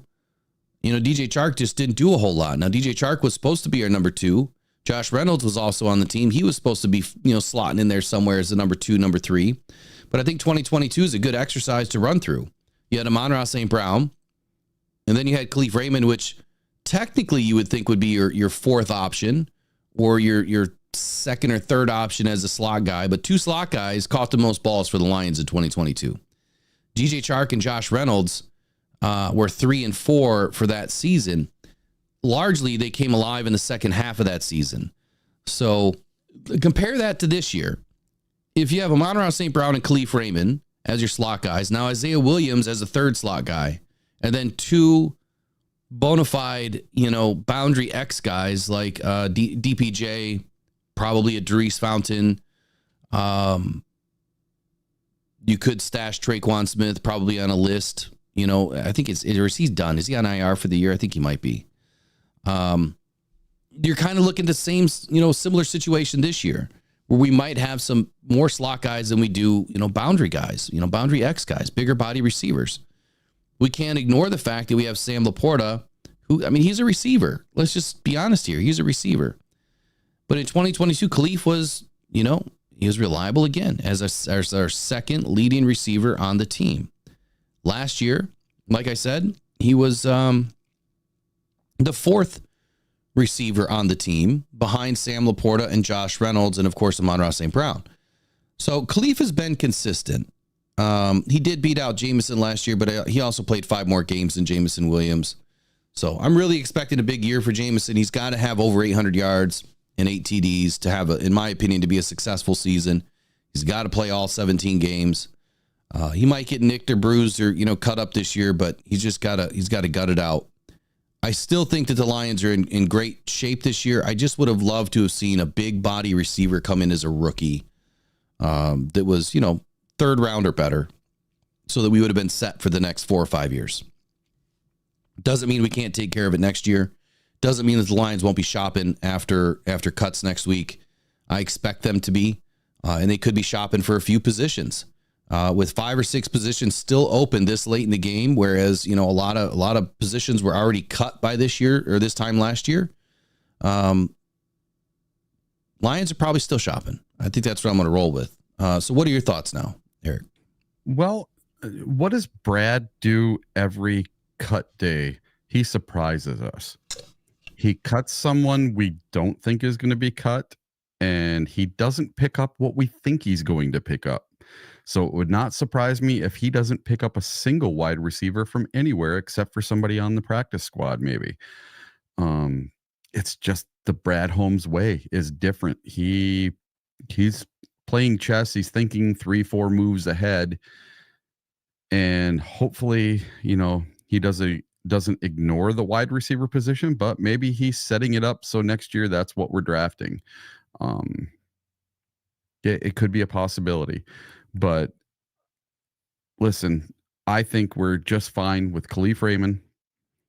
We're just fine with St. Brown, J-Mo, and whoever we have as a fourth wide receiver. Whether that's DPJ, someone off the street, someone from another team, I think we'll be just fine. You don't need all that much uber production from a fourth or fifth wide receiver. Yeah, you really don't. You just need someone that can be dependable. Yep. Roger Chapman says, nice job, everyone. We have a new bar to reach each show. Our ongoing streak this week is over 70 likes a show while in the live chat. Please keep joining and let's keep this streak going. Each Rise and Grind show. Appreciate all your help, Roger. Really do. And Trace and everyone else that moderates that's in here. Jay Mommy says, I don't think that they want a chance of Hooker getting hurt. Half should be enough. I could agree with that. I don't think we need more than a half. I think you get him in, you get him out, but you're going to put him in against a better defense. Now, here's what I dislike about preseason. I feel like more injuries happen in the preseason than they would in the regular season. And my take on this is kind of simple. These guys are hungry, right? They are playing unrelenting football. They are trying to make a play. They're going extra hard, and sometimes they're not playing under control with good body mechanics or good fundamentals, which leads to injuries. So I said this the other week, offensive line seems to get more injuries during this period because the guy next to you maybe doesn't have the greatest footwork. And if he gets, bent backwards and loses his footing and then rolls up on the guy next to him, that's where you see a lot of injuries come on the offensive line during the preseason. In the regular season, you've got starters that are all playing with solid fundamentals and mechanics. Those injuries are negated oftentimes because they are playing under control. They're not out there to prove anything. They're just playing the game the way it's supposed to be played. So for that reason, you do see more injuries in preseason, and especially in the third game or what used to be the fourth game. These guys are going to be going extra hard, and sometimes mistakes are made, and it's not by purpose. It's just they haven't had all the experience in the world to keep their bodies under control. And I hope it doesn't happen this weekend, but there's just something to look out for every preseason game. It happens to everybody, or every team, I should say. So Ryan Van Valkenburg says Sudfeld has dirt on someone. There is no other explanation for the loyalty. Ryan, I think that the one issue here is that he's been great with Jared Goff. During the games, during the week leading up to the game and going through all the workouts, the preparation for the game. That's where he's been beneficial to this team from what we've heard from Dan Campbell. So my only question is, why are you still playing football? Hang it up, become an assistant. Yeah, you're not going to make $1 million a year. But then maybe we could have somebody else behind Jared Goff that, belongs there, like Hendon Hooker. Mm-hmm. One question I want to ask the members. So I tried to put together some emojis and some other things that you guys can utilize. Have you guys tested any of them yet? Oh, here we go. Here's a Dan Campbell one.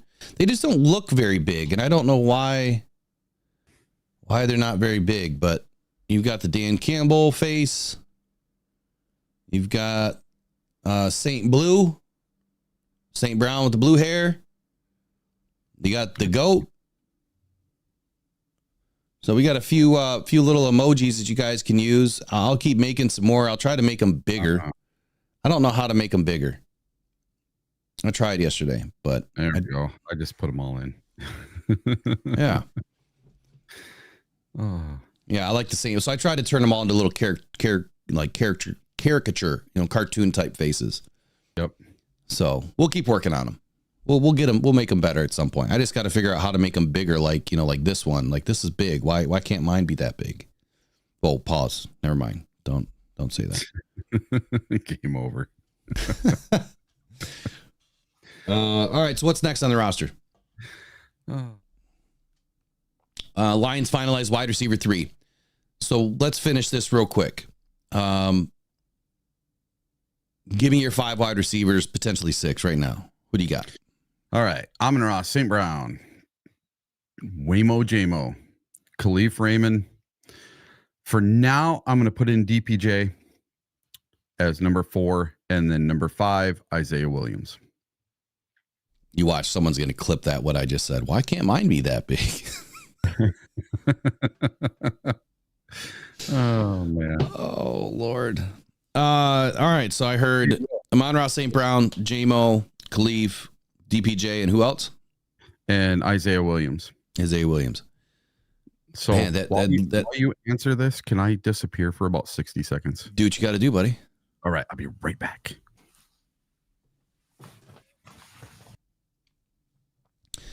So as far as my list, so he had Amon-Ra St. Brown, Jamo, Khalif, DPJ, and Isaiah Williams. That's 5. I wholeheartedly agree that the Lions keep at least 5, but I think that there could be a 6. So you guys tell me in the chat, what are your 5? And do you think that the Lions are going to keep 6? That's the biggest question. Are they going to keep 6? I'll pull something up real quick. There was some news that was popping out.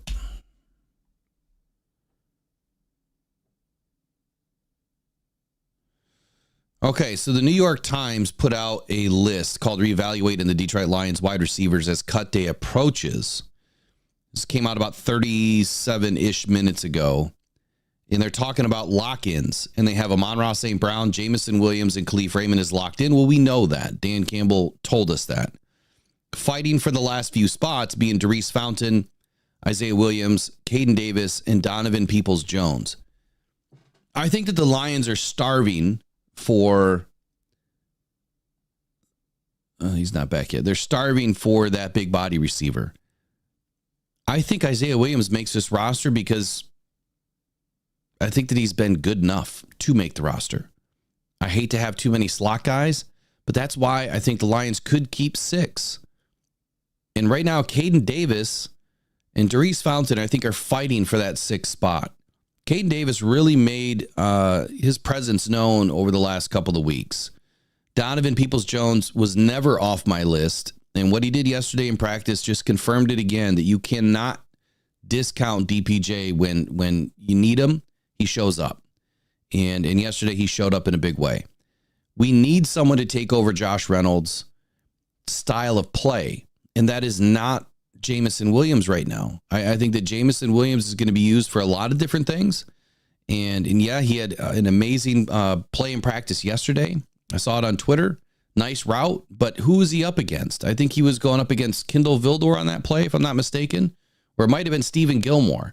So you can't put too much stock in Jamison Williams going up against a 6th, 7th cornerback. You got to see him doing that stuff against Carlton Davis and Terrion Arnold, and then I would be more excited about it. But his route running, the crispness of it was great. But I just don't see him being that big body X guy. He's not. He's a speed guy. He can run all sorts of routes now, and his route running is better, but I just don't see him bodying these guys on the outside. Downfield, sure. He's lightning fast. He can get open. And yes, Jared Goff can hit him in stride. But I think Caden Davis has a shot. So after Donovan Peoples-Jones and Isaiah Williams, I think that Caden Davis might have a shot if the Lions are going to keep 6. And I think that's where we are. There we go. He's back. Yeah. Feel much better. All right. So next up on the roster, only 5 open spots on the 53-man. Now, Dan Campbell yesterday mentioned that there was only 5 spots left. Clearly, 1 or 2 of those positions is receiver. I didn't see a whole lot of answers in the chat here. You know, who you guys think? What are your top 5 or 6? Go ahead and put it in the chat. What are your top 5 or 6 receivers headed into the final weekend? And then next, we're going to talk about the last 5 or 6 spots. So if 2 of those positions are receivers, what do you think the other 2 or 3 positions are? Eric? Edge or interior? Because who knows about Paschal? There's a lot of players we just haven't seen. So does that make them a lock for the team, or does that mean they're just not playing? So yeah, it's kind of a mystery, but good old Dan Campbell has pretty much locked up most of the spots. But there's people like, let's see. So you're thinking edge or interior defensive line? Is that what you said? Yeah. So like an extra rusher or 2. So like James Houston, we have Ukwu, you have a Goudet, one of these guys. That's who I'm kind of seeing. And then does he keep 2, 3, or 4 tight ends? Well, it's at least 3. Yep. So maybe it's a battle there for a 4th tight end. He may keep 4. You never know. Because I know they drafted James Mitchell and they like to have faith in their draft picks, but he may be a casualty this year. Who is that? James Mitchell. Oh yeah, I think James Mitchell's on the outs for sure. Yeah. So but you never know. He's you know, and then, you know, there's people like Chris Smith, defensive tackle.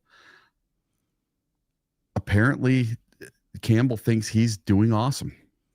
And he said this stuff really isn't shown up in the stat sheet, but every day in practice, he's getting better. And like he says, that he's just got this slow, steady climb.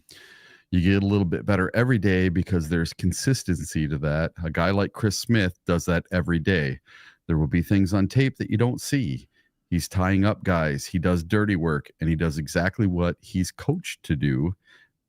And he does it over and over and over again. Yeah, you know what that speaks to? Is it speaks to what I say consistently.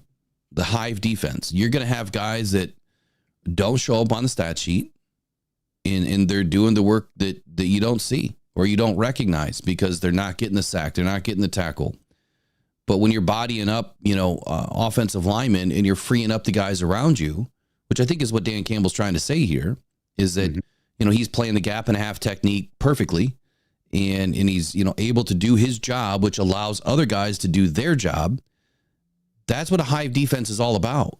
You know, you've got to work together as a team, and that means that some guys just won't show up in the stat sheet, and that's fine. That's why you see, you know, some of the better defensive tackles, you know, maybe they only get 25 tackles over an entire season, and they don't have a ton of sacks, but the guys to the left and right of them are blowing up the stat sheet. And that's what you need to see. Now, Chris Smith, I don't feel like he's going to make this roster. I think that sometimes, you know, things are said that, you know, maybe they're trying to focus on this guy to take the focus off of other guys. Because would you rather have, if you don't put Ukwu on the roster and, you know, you pump up Chris Smith, maybe someone will snag Chris Smith after you cut him versus Ukwu, and you can then stash Ukwu on your practice squad. So I think that there's some chess playing here that, and I'm not saying that Chris Smith, you know, I'm not meaning this, directing this negatively towards Chris Smith at all. I'm just using him as an example. But yeah, I've watched very little tape of Chris. I haven't seen enough of what he's done because a lot of that stuff's happening in practice. So as far as the last 4 or 5 spots here, or he said 5 or 6 spots. And I would say that Yep. you would have 3 or 4 spots that are not receiver. Giovanni Manu. Here's one for you. Oh, go ahead. Here's one for you. Long snapper. No, we got a long So you snapper. have you have Scott Daly, the incumbent, and then you have Hogan Hatton. And that guy can get down the field on kickoff returns and make a tackle. He's been doing it in the preseason. Yeah, Daly's our guy. You think so? Yeah, 1,000%. All right. So where I was going with this is I've heard this rumor about Giovanni Manu being a mistake and opening up a roster spot. That's not happening, guys. You don't take an offensive lineman in the 3rd round and then not keep him. Like, yeah, he's a project guy. He's a Broderick Martin of 2024. So he's going to be a guy that's going to take some big steps over the next year. He's going to get a lot of time in, to learn, over this next year throughout the season. He just won't get a lot of playing time, if any. But the thing that I read was that ideally Super Bowl teams or Super Bowl teams that are on the cusp of being a Super Bowl candidate, right, like the Lions are, that they potentially only focus on adding players who have a chance to immediately contribute in, whether that's through the draft or free agency. And you've heard that come from some content creators or, fans or whomever. They say, why are we not spending all this money on an edge rusher? Or why are we not doing this, for this guy or bringing in, these 4 or 5 receivers that will never make it to the Lions team? It's just, they keep pounding the same thing over and over and over and over again. That's not the way that the Lions do business. They build their team through the draft.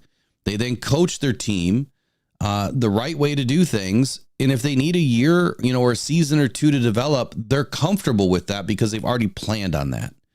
So for someone to say that Giovanni Manu was a mistake and that we should have went out and grabbed somebody that could start right away, my question would be, who in the 3rd round is going to start right away right now over this offensive line? Nobody. Who in the 3rd round could you have brought in? A receiver, sure. Would an edge rusher have made a difference? Probably not. Would a cornerback made a difference? We already grabbed 2, so probably not. What about a safety? Already had that position locked down. Another tight end? Nope. That position was all set. Quarterback? That position was all set. So who were we going to bring in? An outside linebacker? That could have been an option for us. I think outside of receiver and outside linebacker, there was really nobody else in this draft that could have been taken in the 3rd round over Giovanni Manu that would have made sense. So I don't believe that Giovanni Manu is a mistake at all. I think that he's just a developmental guy. He's too big. He has too much upside. He's going to be someone that can fit in a pinch this year at guard if need be. I don't think that I would put him at tackle, even though he's been playing tackle. I would not put him in there. If he had to fill in at tackle, I think that would be a big problem for us. The guy's he's going to be fine. It's just going to take him a season to get his footing right. And, they pretty much scrapped everything that he did, brought him back down to the very beginning to retrain him. But where I was going with this too is the last 3 or 4 spots. And I think that you're right that, you're looking at edge, interior. I think that you're probably looking at maybe an extra offensive lineman and then probably a linebacker. I think is where I'm at. And I know edge and linebacker can kind of blend. But right now, with the unknown of Giovanni Manu, Kobe Sorsdahl, I know they've said it out of both ways, both sides of their mouth. 1 minute he's playing great, the next minute he's a liability. I mean, he's not going anywhere. But maybe the Lions are looking to keep an extra offensive lineman that they can, continue to mold.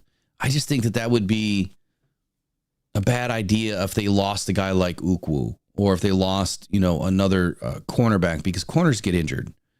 Or if you don't keep a 6 wide receiver because you just don't have or haven't seen enough maybe out of the roster that you have currently. So I think that's where the last 3 or 4 spots are right now. I think everything else is pretty much locked up. Any response to that? Just that Manu, I think, is getting a little bit of false narrative from the media in Detroit. And listen, so I had this little stat that I found. Let me see if I can pull it up. So NFL preseason stats, pass blocking efficiency for the Lions in the preseason. Giovanni Manu was our third best pass blocker at 98.8% pass blocking efficiency. He didn't do so well in the run blocking, but pass blocking, he did fantastic. And I don't think he's all as bad as everyone is worried that he is. He's a rookie. He's coming from a different system in a different country, but the kid's got all the physical talents in the world, and he's got the size. He's a behemoth of a man. Could you imagine him and Skipper out there at the same time for a big package at the goal line? That's something I could see. Pause. What's that? I heard big package. I just said pause. I don't want people to get the wrong idea of this show this morning. I've already said plenty of things that are suspect. Yeah, just imagine using Manu as a William Perry the Fridge role down at the goal line. You wouldn't see that coming. No, I mean that's kind of nuts to think about it. But yeah, you could use him in a situation like that. But hey, that's Rodrigo's job right now, apparently. Or it could be. All right, so let me bounce into the chat here for a second, because Cakeman 1218, one of our members, had made a statement here. He says, our team is too good right now to keep people like Zylstra, even though he is super reliable. And see, this is where it gets really hard for this team. Keeping 4 tight ends, I feel like, is something that the Lions are probably going to do. If you walk it back from top to bottom, it's Sam Laporta, it's Brock Wright, on a 3-year deal. He's not going anywhere. It has to be Shane Zylstra, right? Yep. It has to be. Or Parker Hess. And I do like what Hess has been able to do. He's been intriguing this offseason. He's kind of played a different role than I expected. Lining up his H-back quite a bit. I think that, that gives him enough difference, or he's a difference maker above and beyond what, Shane Zylstra is a great pass catcher. He is. He has been super reliable, to your point. I think the Lions keep 4 tight ends. I really do. They kept 4 a couple years ago. I think they kept 3 last year. I could have that backwards. But I don't see James Mitchell making this team. I really don't. And I do see Parker Hess making this team over James Mitchell. And that might be a wild long shot. But I also believe that, what you do on the field should earn you a spot on this team. I haven't seen anything out of James Mitchell. Not a thing. One catch. Yeah. So I've seen what Parker Hess has been able to do. Just blocking for guys is more than what James Mitchell has done as a receiver. So I think that James Mitchell is out for sure. And I do think that the Lions keep 4 tight ends. So good point, Cake Man. But I do believe that Zylstra's on this team. I don't know who else you'd put in front of him. And then Cake Man had another question for the chat. Do you think that Giovanni Manu is on par with rookie Kobe Sorsdal? Really high potential, are both really high potential. So high upside. I would agree with you there. I think that there's a lot of upside to these guys. It's just been slow growing for Sorsdale. We'll see how he develops this year.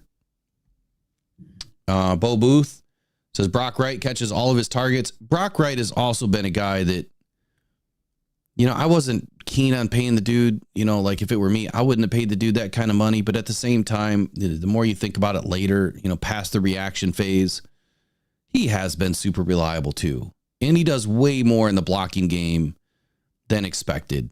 There's a lot more to Brock Wright than I think we've seen. I think he's really developing into a nice pass catcher. I think that he's got more opportunity than what meets the eye right now. J Mommy says Brock helped carry the Lions 2 years ago when they finished 8-2. That's a great point. Remember that one play? Was it a 56-yarder that Brock caught? And it might have been on 4th down. That was in 2022. Remember that play, Eric? Mm-hmm. That was a great play. Yep. Let's see here. Yeah, Chip says 49ers wanted Brock for a reason.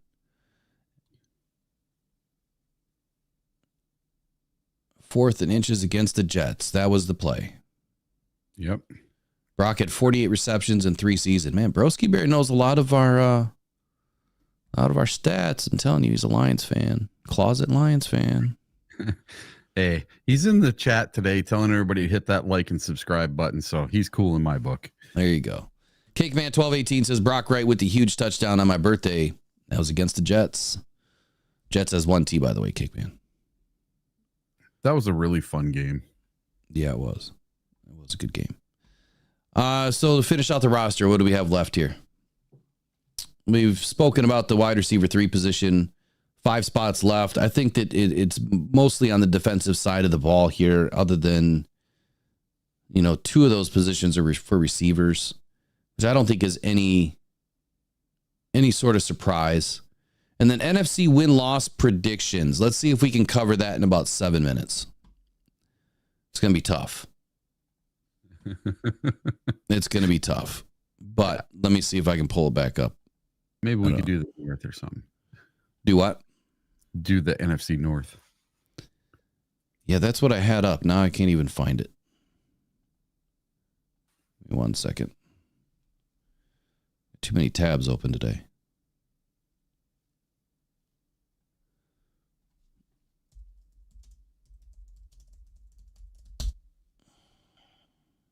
All right, win total predictions for the NFC North. This was put out a day ago.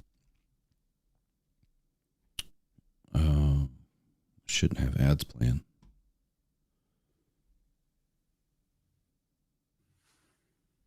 Where's the article?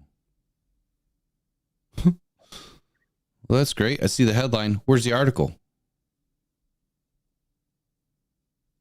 That's interesting. Do you have it up, Eric? Nope. I just got what the over-unders are and what the win totals are set at for all the teams. So if we start at the bottom of the NFC North, the Minnesota Vikings have the 18th strength of schedule. PFF is saying they're going to get 7.6 wins this year. Their over-under win total is 6.5 games this year. All right, so now I think I have it. The full 2024 NFL season win-loss record predictions for every team. If you guys remember, about a month and a half ago, I did a predictor tool simulator, and I don't know where that simulator has gone. I can't find it, but I do want to do it live. I will try to find it today, but we'll figure it out. So 2 quick things I got to mention real quick. Number 1, memberships are open. If you guys would like to join the Rock Down crew and become a member of the channel, you just hit the join button on the main screen of the YouTube channel. There are 3 different options in there. The first one is, I believe, $3.99 a month. You get your basic stuff. Your $9.99 tier, I did make an adjustment to it last night. So I didn't realize that I put the review of all 22 games in the $29 package, which is just the coffee merch package, which includes everything, in all the other memberships. But the level 2 loyalty crew, you get member shout outs, which come at the end of the show or, an end of the live streams, priority live stream call-in feature. So the call-in feature will be activated, every post game and pregame show. You guys can call in. You'll have priority access. Members only chat app. So I'm working on developing an app today. We'll figure out which one we're going to use. And then as a member, you just will email me and give me, whether it's your phone number or email, whatever we need to use the app. And this will be our off-season tool that we will be able to communicate. It's like a text app. So we can communicate and just talk, stuff, share breaking news, whatever, all of your ideas. But this is a way for us to communicate about the Lions, and we'll just kind of share stuff back and forth. If you got stuff that, is hanging out there that I haven't seen yet, send it. Send articles, whatever you feel is relevant. But it's a way for us to be more connected as Lions fans. And then you've got the Rocked On member rewards. That is kind of triggered by YouTube. You know, if you stick around for 6 months, 12 months, 24 months, whatever, I'm doing something different with it. So every, tier that you reach, you're going to end up getting a package from me, some sort of a merch or a gift card or something. And as you stay, they get better. You could get preseason tickets 1 year. You could get game tickets. It all just depends on how long you stick around.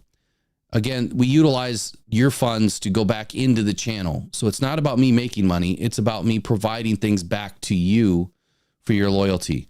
And then the all 22 game tape review. So the way that this is going to work is when the all 22 review comes out, which it takes sometimes 24 hours for NFL Plus to catch up. I will schedule a live stream, and then only the members will get access to that live stream. And we're going to go in and we're going to review the tape. It'll be the condensed version. So we'll probably get through it in 60 minutes or less, or I might fast forward through some things. And we're just going to do it live together. We're going to go through the tape. We'll have a conversation about it. I might even figure out a way to do this in a Zoom style that, we can actually talk to each other instead of just chatting. That stuff I'm going to have to figure out before week 1, but be patient with me as I figure it out because this is all new. And I want to provide you guys with a very high level overview together and make it really fun. In the first tier, Lions Faithful, you get members early content access. So as videos drop, you will have premiere access before anybody else sees it. I don't know how long, I don't know how long it's given to you guys before it goes to the rest of the people on YouTube, but you'll at least get notified first. You just got to make sure you have notifications turned on.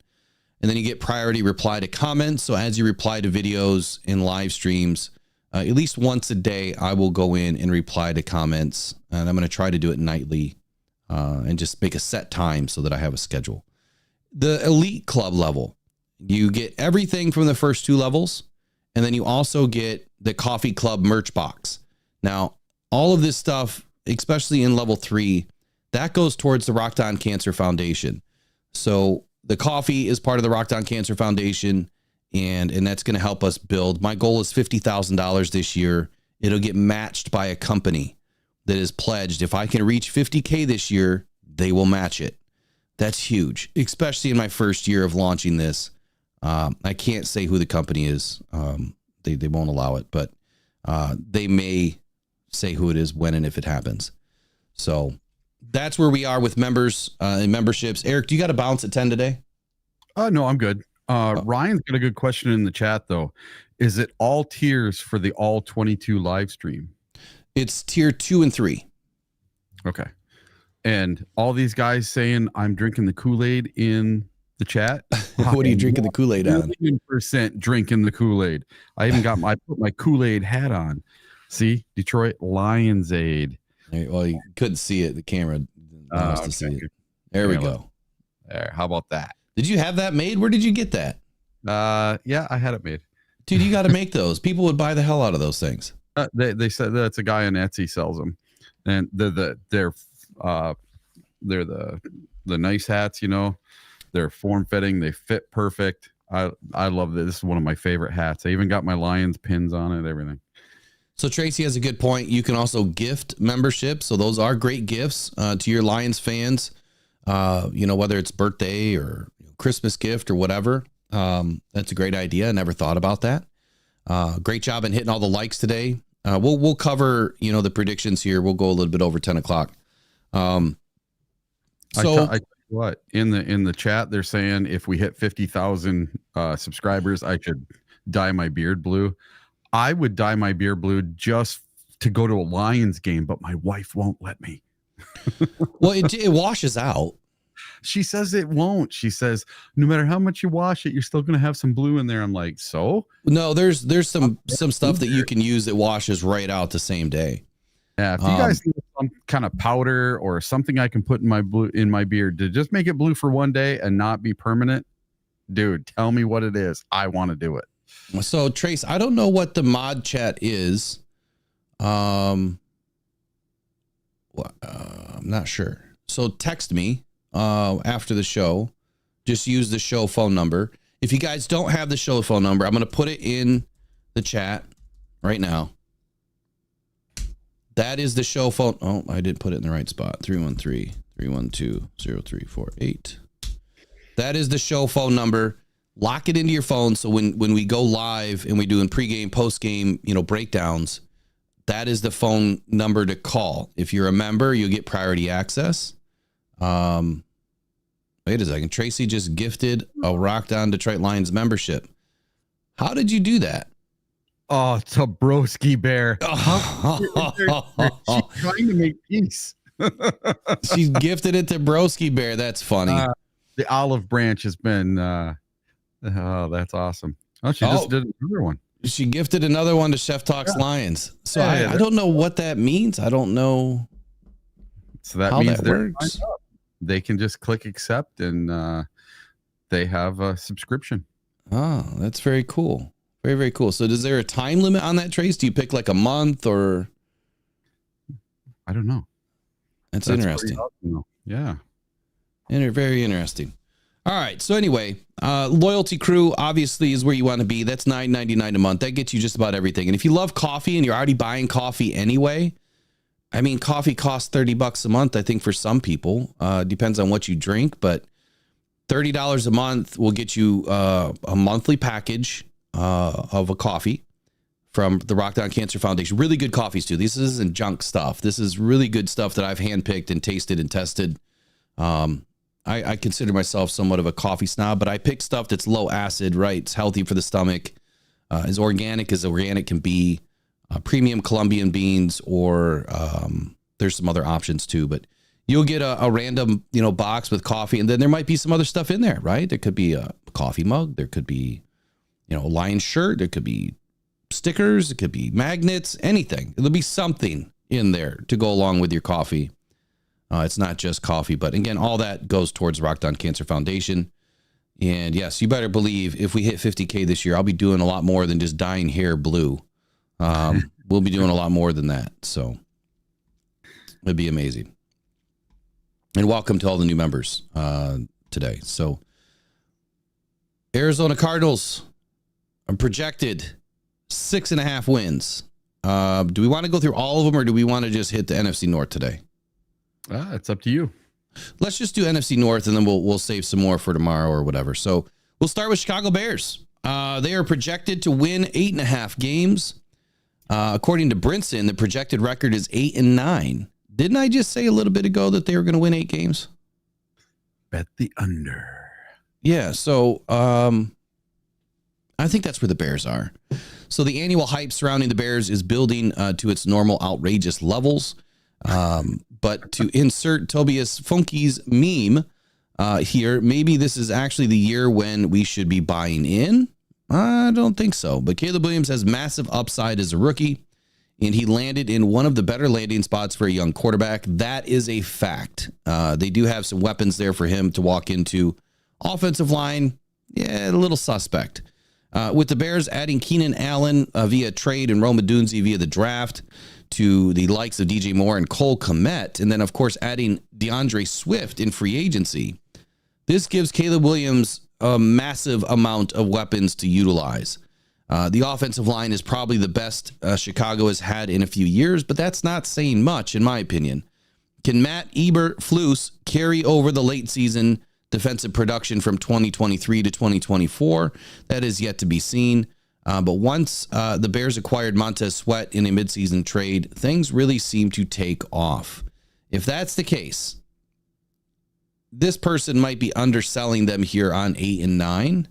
They definitely qualify as a sleeper to make the playoffs here this season, but they are not going to sniff the NFC North title. That I can put the stamp of approval on. 8-9, I agree. DeAndre Swift, we know who you are. I mean, we know who he is.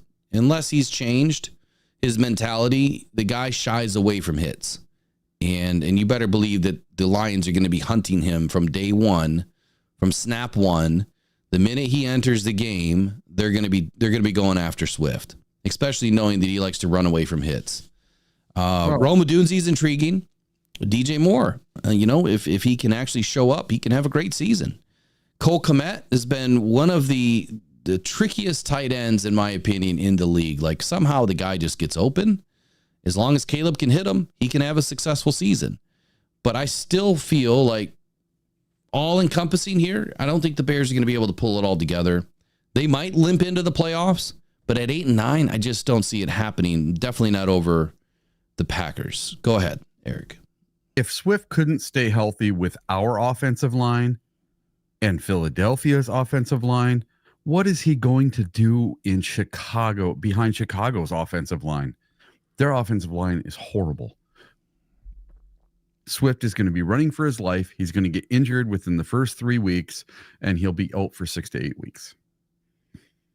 That's just Swift. He just is not durable. And the Chicago fans are going to find out just how not durable he is. So Jack 21-25 says the Lions 11-6, the Packers 10-7, the Bears 8-9, the Vikes 7-10. Wow. I like where your head's at. And I think what you're saying here too is, like I said the other day, the Green Bay is going to make this a little bit tricky and tight until we get to the last couple weeks of the season. We'll see if that develops. Ryan Van Valkenburg, have you seen the new Lions coffee? No. Did they start making a coffee because they heard me making coffee? Yep, they did. They were giving it away at the last day of training camp. Those MFers. Yep. See, I'm telling you, someone watches this show over there, because last year I started doing the Lions Legends, and then they started doing Lions Legends. And it's not that they haven't done it before, but yeah, so it looks like they have a coffee now from Ferris and Nut. Looks like Ferris and Nut probably made the coffee. Detroit Lions Den Blend. Yep, so they've definitely, someone has figured it out. Yeah, it's someone from Chicago calling me. I don't know who it is. Maybe it's Broski. So it's interesting, but that's a Ferris and Nut brand. That's not a Lions brand, but the Lions obviously have given them the ability to utilize their likeness and name. So very interesting. People have been listening to this show. I guarantee it. That's why coffee is now out there, but that's all right. My coffee is going to be better than Ferris and Nut. It's all good. It's all good. I see how it is. It's all good. Let's see who's up next. Green Bay Packers. DraftKings has them at 9.5. Brinson projected them at 10-7. Another team with a massive range of outcomes depending on what the Packers get from Jordan Love this year. That is the mystery, right? Is he the Jordan Love of the first half? The Jordan Love of the second half? Or is he going to be a little bit of a mix of both? As this person noted plenty of times, Love was a borderline starter for the first half of the season last year, and then a unanimous MVP level player the second half of the season. He got piles of weapons this year and a brand new contract, so expectations should be high. The early season schedule is not easy, and starting the season in Brazil is very unusual. But it wouldn't be shocking if the Pack got off to a hot start and kept it rolling for much of the season. This individual is bullish on Love with all of his different weapons, especially if Christian Watson stays healthy. The defense should be upgraded in large part because of Jeff Hafley joining as the defensive coordinator. So the Packers' schedule up front. Let's see who they're taking on right away. The Eagles. So they start with the Eagles. Tough game. Then they go to the Colts, who have a pretty good defense. Or the Colts come there, who have pretty good defense. And then they take on the Titans. Everyone beats the Titans this year. And then they get the Vikings. So Vikings travel to Green Bay, and then the Packers head to LA, which is a unique development, right? So we get LA at home. They go to LA. So 1, 2, 3, let's go first 5 games. They think that they could potentially start off hot. They lose week 1. They lose week 2. They win week 3. They win week 4. They lose week 5. They're going to start 2 and 3. Yep. That's where I see it. So what is your statement here on Packers? You told me the other day to put my money where my mouth is. I said that. Yeah, you sure did. So when we get off of this live stream, I'm going to place a bet. I'm not going to say how much on the Packers to win no more than 6 games next year or this year. I truly believe bet the under. I do not believe that the Packers are going to do it again. Their time has come. Jordan Love is going to be seen as the fraud that he is. And all these teams are going to finally have some tape on him. They figured him out. They're going to look at what San Fran did against them. And everyone's going to use that model against them. And I don't see Green Bay being this big juggernaut that's going to be in second place in the division, that's going to make the playoffs. I honestly think that the Vikings will be better than the Packers this year. Really? That's just my opinion. Wow. Well, Sam Darnold's no slouch, man. The dude's got a cannon for an arm. What else do we have in here? So Roger Chappis says, where was it? He said, Will, it's a great compliment to be copied on all these podcasts. Yeah, I mean, I think we all kind of copy each other. I mean, I don't really watch a ton of other YouTube shows, but I just don't have time. I try to listen to all the other, higher level stuff, all the ESPNs, the CBS, all their channels, NFL Network, all that stuff. I don't listen to a ton of YouTube stuff, but I would say that a lot of us do a lot of the same things. Meaning we kind of cover all the same stuff, maybe not the same day, maybe not the same way, and definitely not the same opinions. But yeah, and I'm not saying the Lions really copied me on the coffee. I just find it very coincidental that I start a show in the very beginning talking about coffee, right? Rise and Grind was always meant to be coffee and conversation about the Detroit Lions. And now we're trying to bring it back to that with the addition of the Rocked On Cancer Foundation to support the foundation. What would have really been cool if the Lions would have reached out and said, hey, we're launching a coffee with Ferris Nut, and we would like to help you with your Rocked On Cancer Foundation, and we'll donate all of our proceeds to it. Now, that would have been sweet. Didn't happen. Didn't ask, but didn't happen. So I agree with you on the Packers, man. I think they're going to have a tough start, though, to start their season. I don't see them getting a hot start. I don't believe in Jordan Love. I don't, but I do believe that they're the second best team in the NFC North. I think that's a fact. Minnesota Vikings. DraftKings has them at 6.5 wins. Brinson projected them at 7-10. Now, according to Vegas is not bullish on the Vikings this year. Understandable. They're going to have a down year. They lost, a big weapon there with, or at least was for them, Danielle Hunter. I think they got better overall in the defense by what they did with their linebacker room. And he says it's understandable that given the change at quarterback, and even more understandable that when the news broke this week that J.J. McCarthy suffered a season-ending torn meniscus during the preseason, that means Sam Darnold is starting week 1 and likely playing the entire season, which clearly he will be as long as he stays healthy. But going from Kirk Cousins to Darnold is a pretty massive drop-off. Is it, though? Is it really? You sure about that?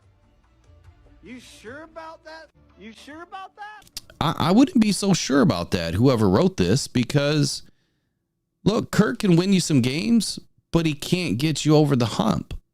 Sam Darnold can definitely win you some games.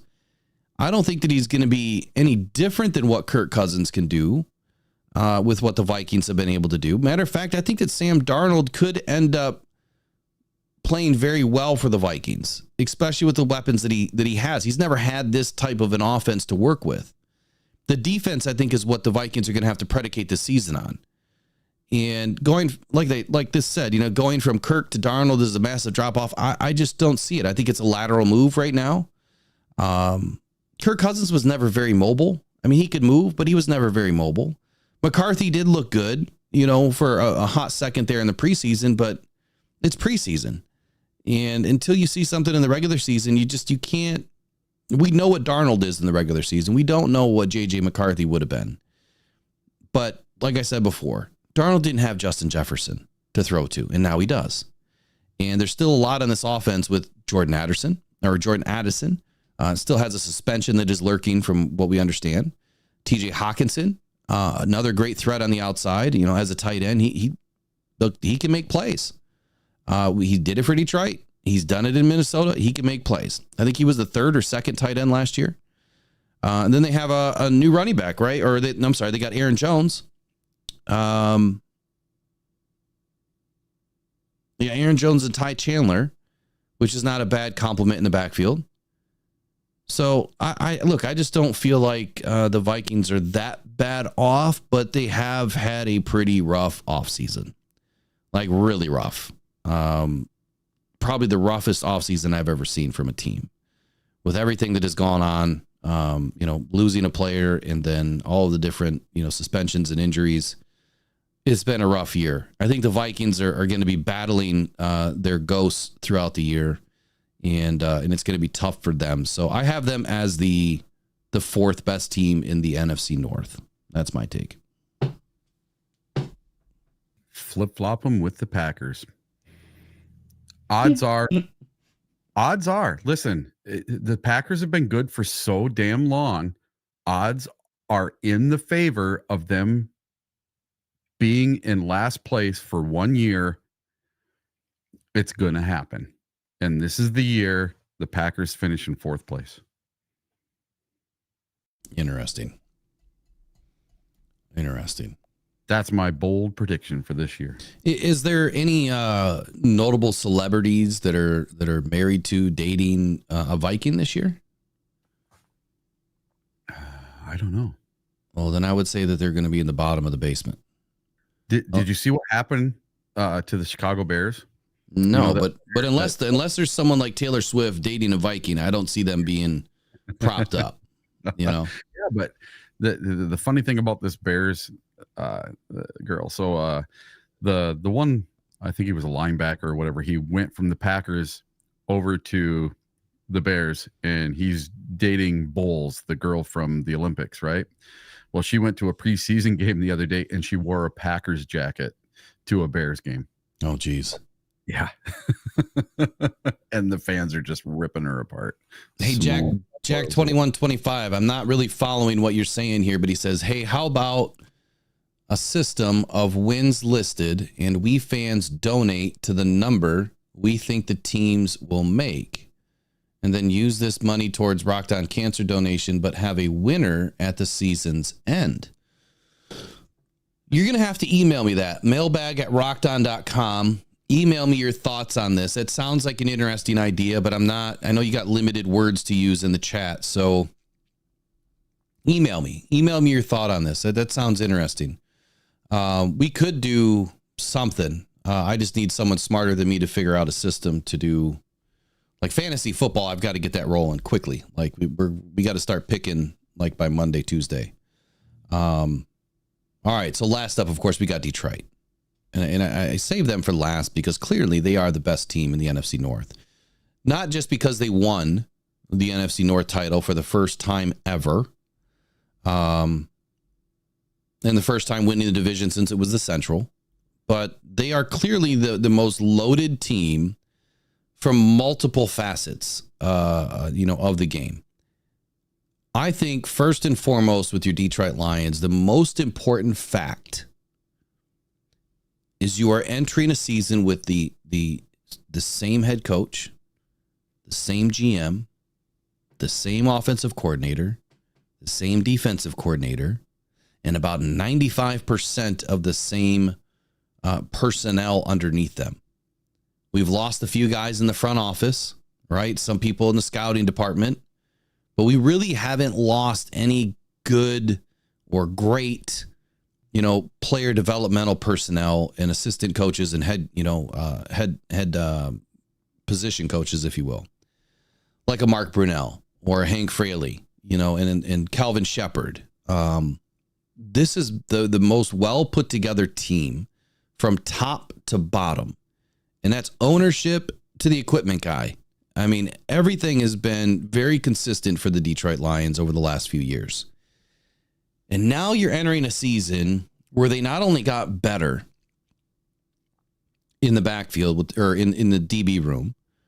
They got stronger and more powerful up front in the defensive line. They got more experienced on the right defensive edge position. Jack Campbell is entering his second season, of which he's made huge leaps and bounds already. And then on the offensive side of the ball, Jameson Williams is set to just completely smash the season with what he's about to do. And I'm still riding that fence. Like, I want to go all in on JMO. I do. Got to see it for the first few weeks of the season just to see how impactful he's going to be. But I'm with you guys. I think that he's going to have his best season yet. I mean, there's nowhere really to go but up. But I think it's a big up for him as a complimentary pass catcher to Amon-Ra St. Brown and someone that can help, run the decoy routes too to keep Amon-Ra St. Brown open. And it will also allow Sam Laporta to continue to do his business. Even when these guys were guarded, they still caught balls. So our offense is running full steam ahead this season. In another year under Ben Johnson, Gibbs is going to have another breakout year. I think there's no reason why this guy doesn't pull 1,000 and 500, right? 1,000 on the ground, 500 in the air. I think Demo is gonna run another 1,000. There's going to be over 2,000 yards rushing between these two guys again this season. Offensively, too, with the wide receiver room, yeah, we've got some questions. But is there really a need after Khalif Raymond? There really isn't. You've got Sion Vaki, who has now stepped up and has shown us that not only can he tote the rock, but he can catch the rock. And he's going to be a very intriguing package nightmare when he's inserted into this offense and you have to pay attention to him. And they're not going to. These defenses are going to make a mistake.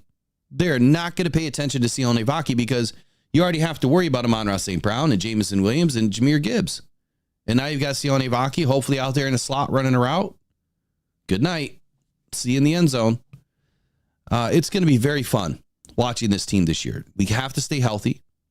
Oh, did I mention we're coming back with the number one offensive line again? I think I forgot that. They got even better by adding Zeitler to this offensive line.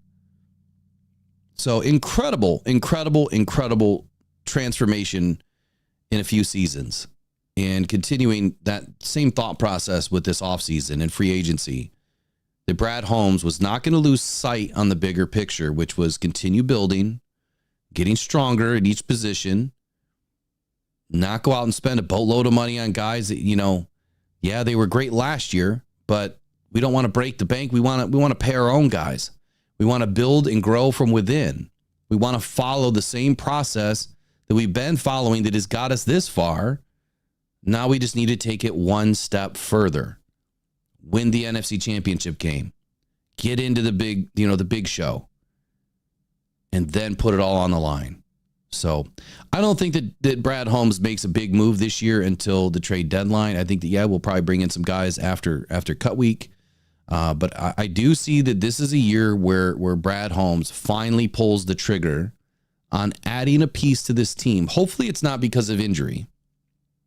But I feel like he's going to add a piece to this team that would probably be more on the defensive side of the ball versus offensive side of the ball. Because on the offensive side of the ball, we've seen it. It takes time for Jared Goff to develop a really good relationship, with these receivers to earn the trust. So I think for that reason, it would be a defensive move to stack, behind, the depth players to ensure that we have what we need to go the distance in the playoffs. ESPN has the Lions at 10.5 with a projected record of 11-6. I'm on record again saying that I think that the Lions should be able to get to 14 wins, but I'm riding 13-4. Do the Lions have the best top to bottom roster in the NFL now? I think that if not one, they're number two. Brad Holmes and Dan Campbell have done an incredible job building out this Lions team to the point that it would be shocking if the Lions didn't make the postseason this year and repeat upon their success from last year. Jared Goff gets his bag, deservedly so. And this offense, plays 3 games all year long outdoors. That's it. 3 tough potential games outside, with only one of them, which would probably really be in bad weather. And we've seen what he's been able to do in bad weather. Week 18 against the Green Bay Packers in 2022, bone-chilling game. Jared Goff plays phenomenal. We win the game. The expectation of Jameson Williams, it's there. The expectation of Jack Campbell, it's there. Jahmyr Gibbs, the list goes on and on and on and on. These Detroit Lions are clearly going to win the NFC North again, and it's all going to start week 1 when we tear down the LA Rams at Ford Field. And you best believe I will be there rocking it out with the super fans at the Tailgaters Tailgate. I hope to see you guys there too, actually. I think it'd be great to get everybody over there and involved. Just make sure you bring something to pass, all right? Eric, I know you're super excited for this season. Tell me, how excited are you? I can't wait. Oh, yeah. I'm already making all my plans for all my games and everything. And I want to try to, for the first time, hit every single Lions home game and some of the away games this year. I'm so looking forward to this season. I can't wait for it to start. September 8th cannot get here fast enough. Okay. Week 1. Where are you sitting week 1? Week 1, I am, let's see, I will look right now. I was just curious if you knew off the top of your head. So it's all the first 3 weeks I'm down by the tunnel. So week 1, Rams versus Lions. I am in section 141, row 11, seat 1 and 2. I'm sorry, where were you? So section 141, row 11. So right at the tunnel. Oh, so you're right by me. I'm in 105. So I think we're opposite. Yeah, so it goes 141 butts up to 100. Yeah. Yeah. All right. So, well, today's show went a little longer than normal, but I had to fit this in. I had to get that statement in on the Detroit Lions. I'm super excited for this season, but before we sign off, I have to make sure that I get the member shout outs in. I don't want to just do it at the very end. So let me roll this member shout outs real quick. And this is going to change. This is what I just threw together really quick this morning, but it'll change. I'm going to do something really nice for you guys.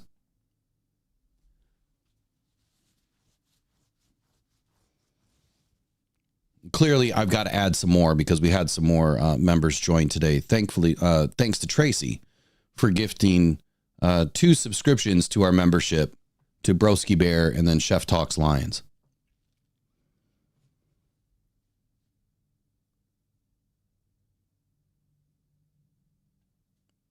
All right, and that will change. I'm going to do something crazy fun with it, but it'll be growing throughout the season. So tomorrow morning is a big show. Derek from All 22 will be joining us in the morning early. So right around 8:30, I think he's going to come on, maybe a little bit before. It's going to be a packed hour of his breakdowns. I've already sent him a list of questions, and I'm really excited to hear what he has to say. I've never seen him on camera before, so it'll be interesting to actually hear it and see it happening live. What he's going to be able to tell us about the Lions.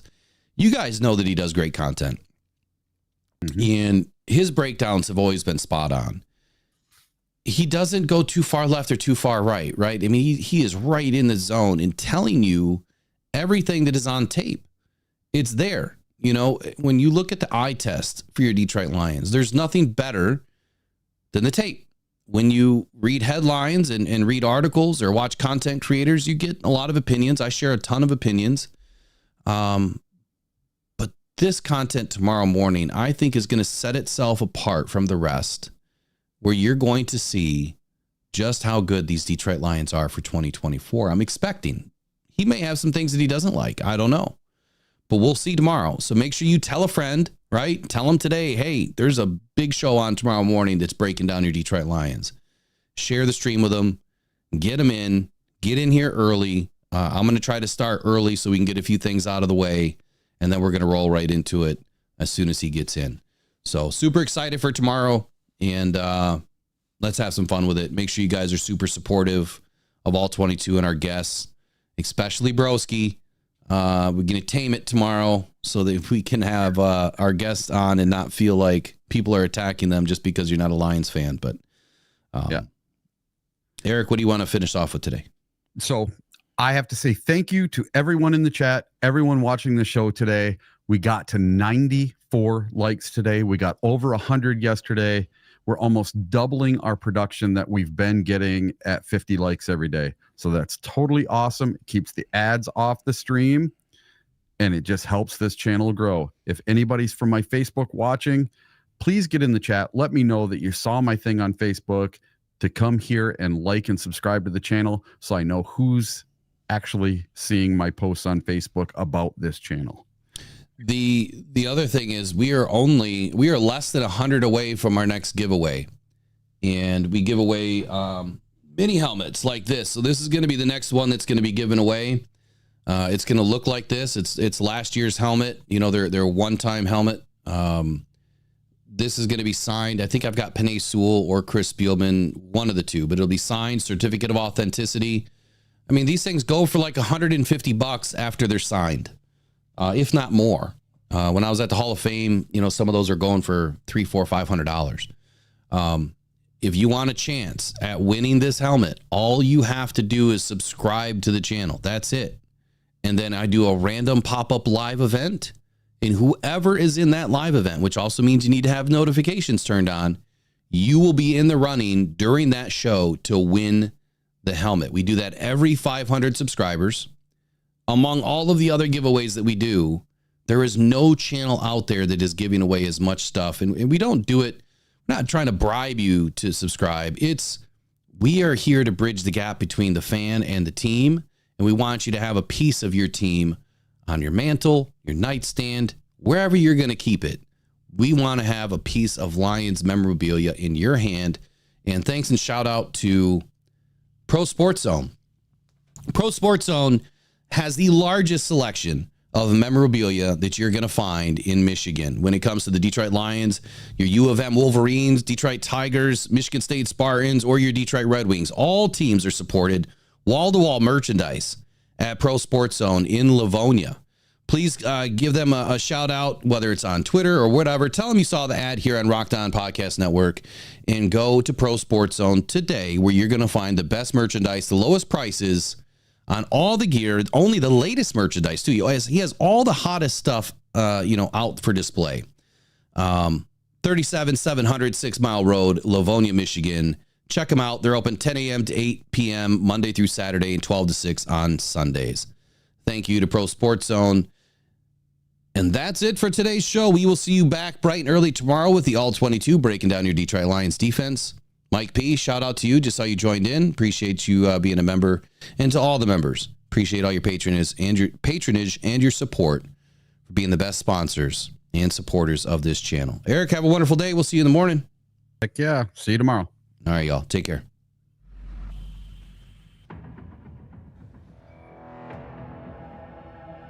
Adam Schefter at ESPN says there's 275,000 people. Well, that was some party in downtown Detroit. 775,000 people shattering the NFL draft attendance record.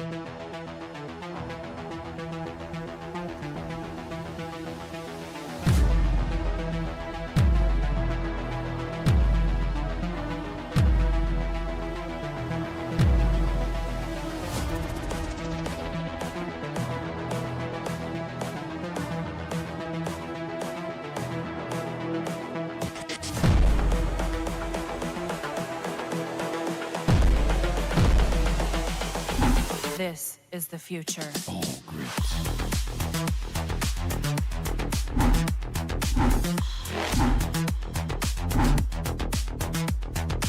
Evolution.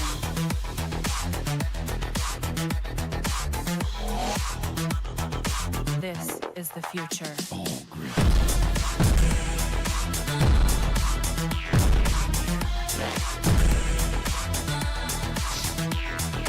Evolution.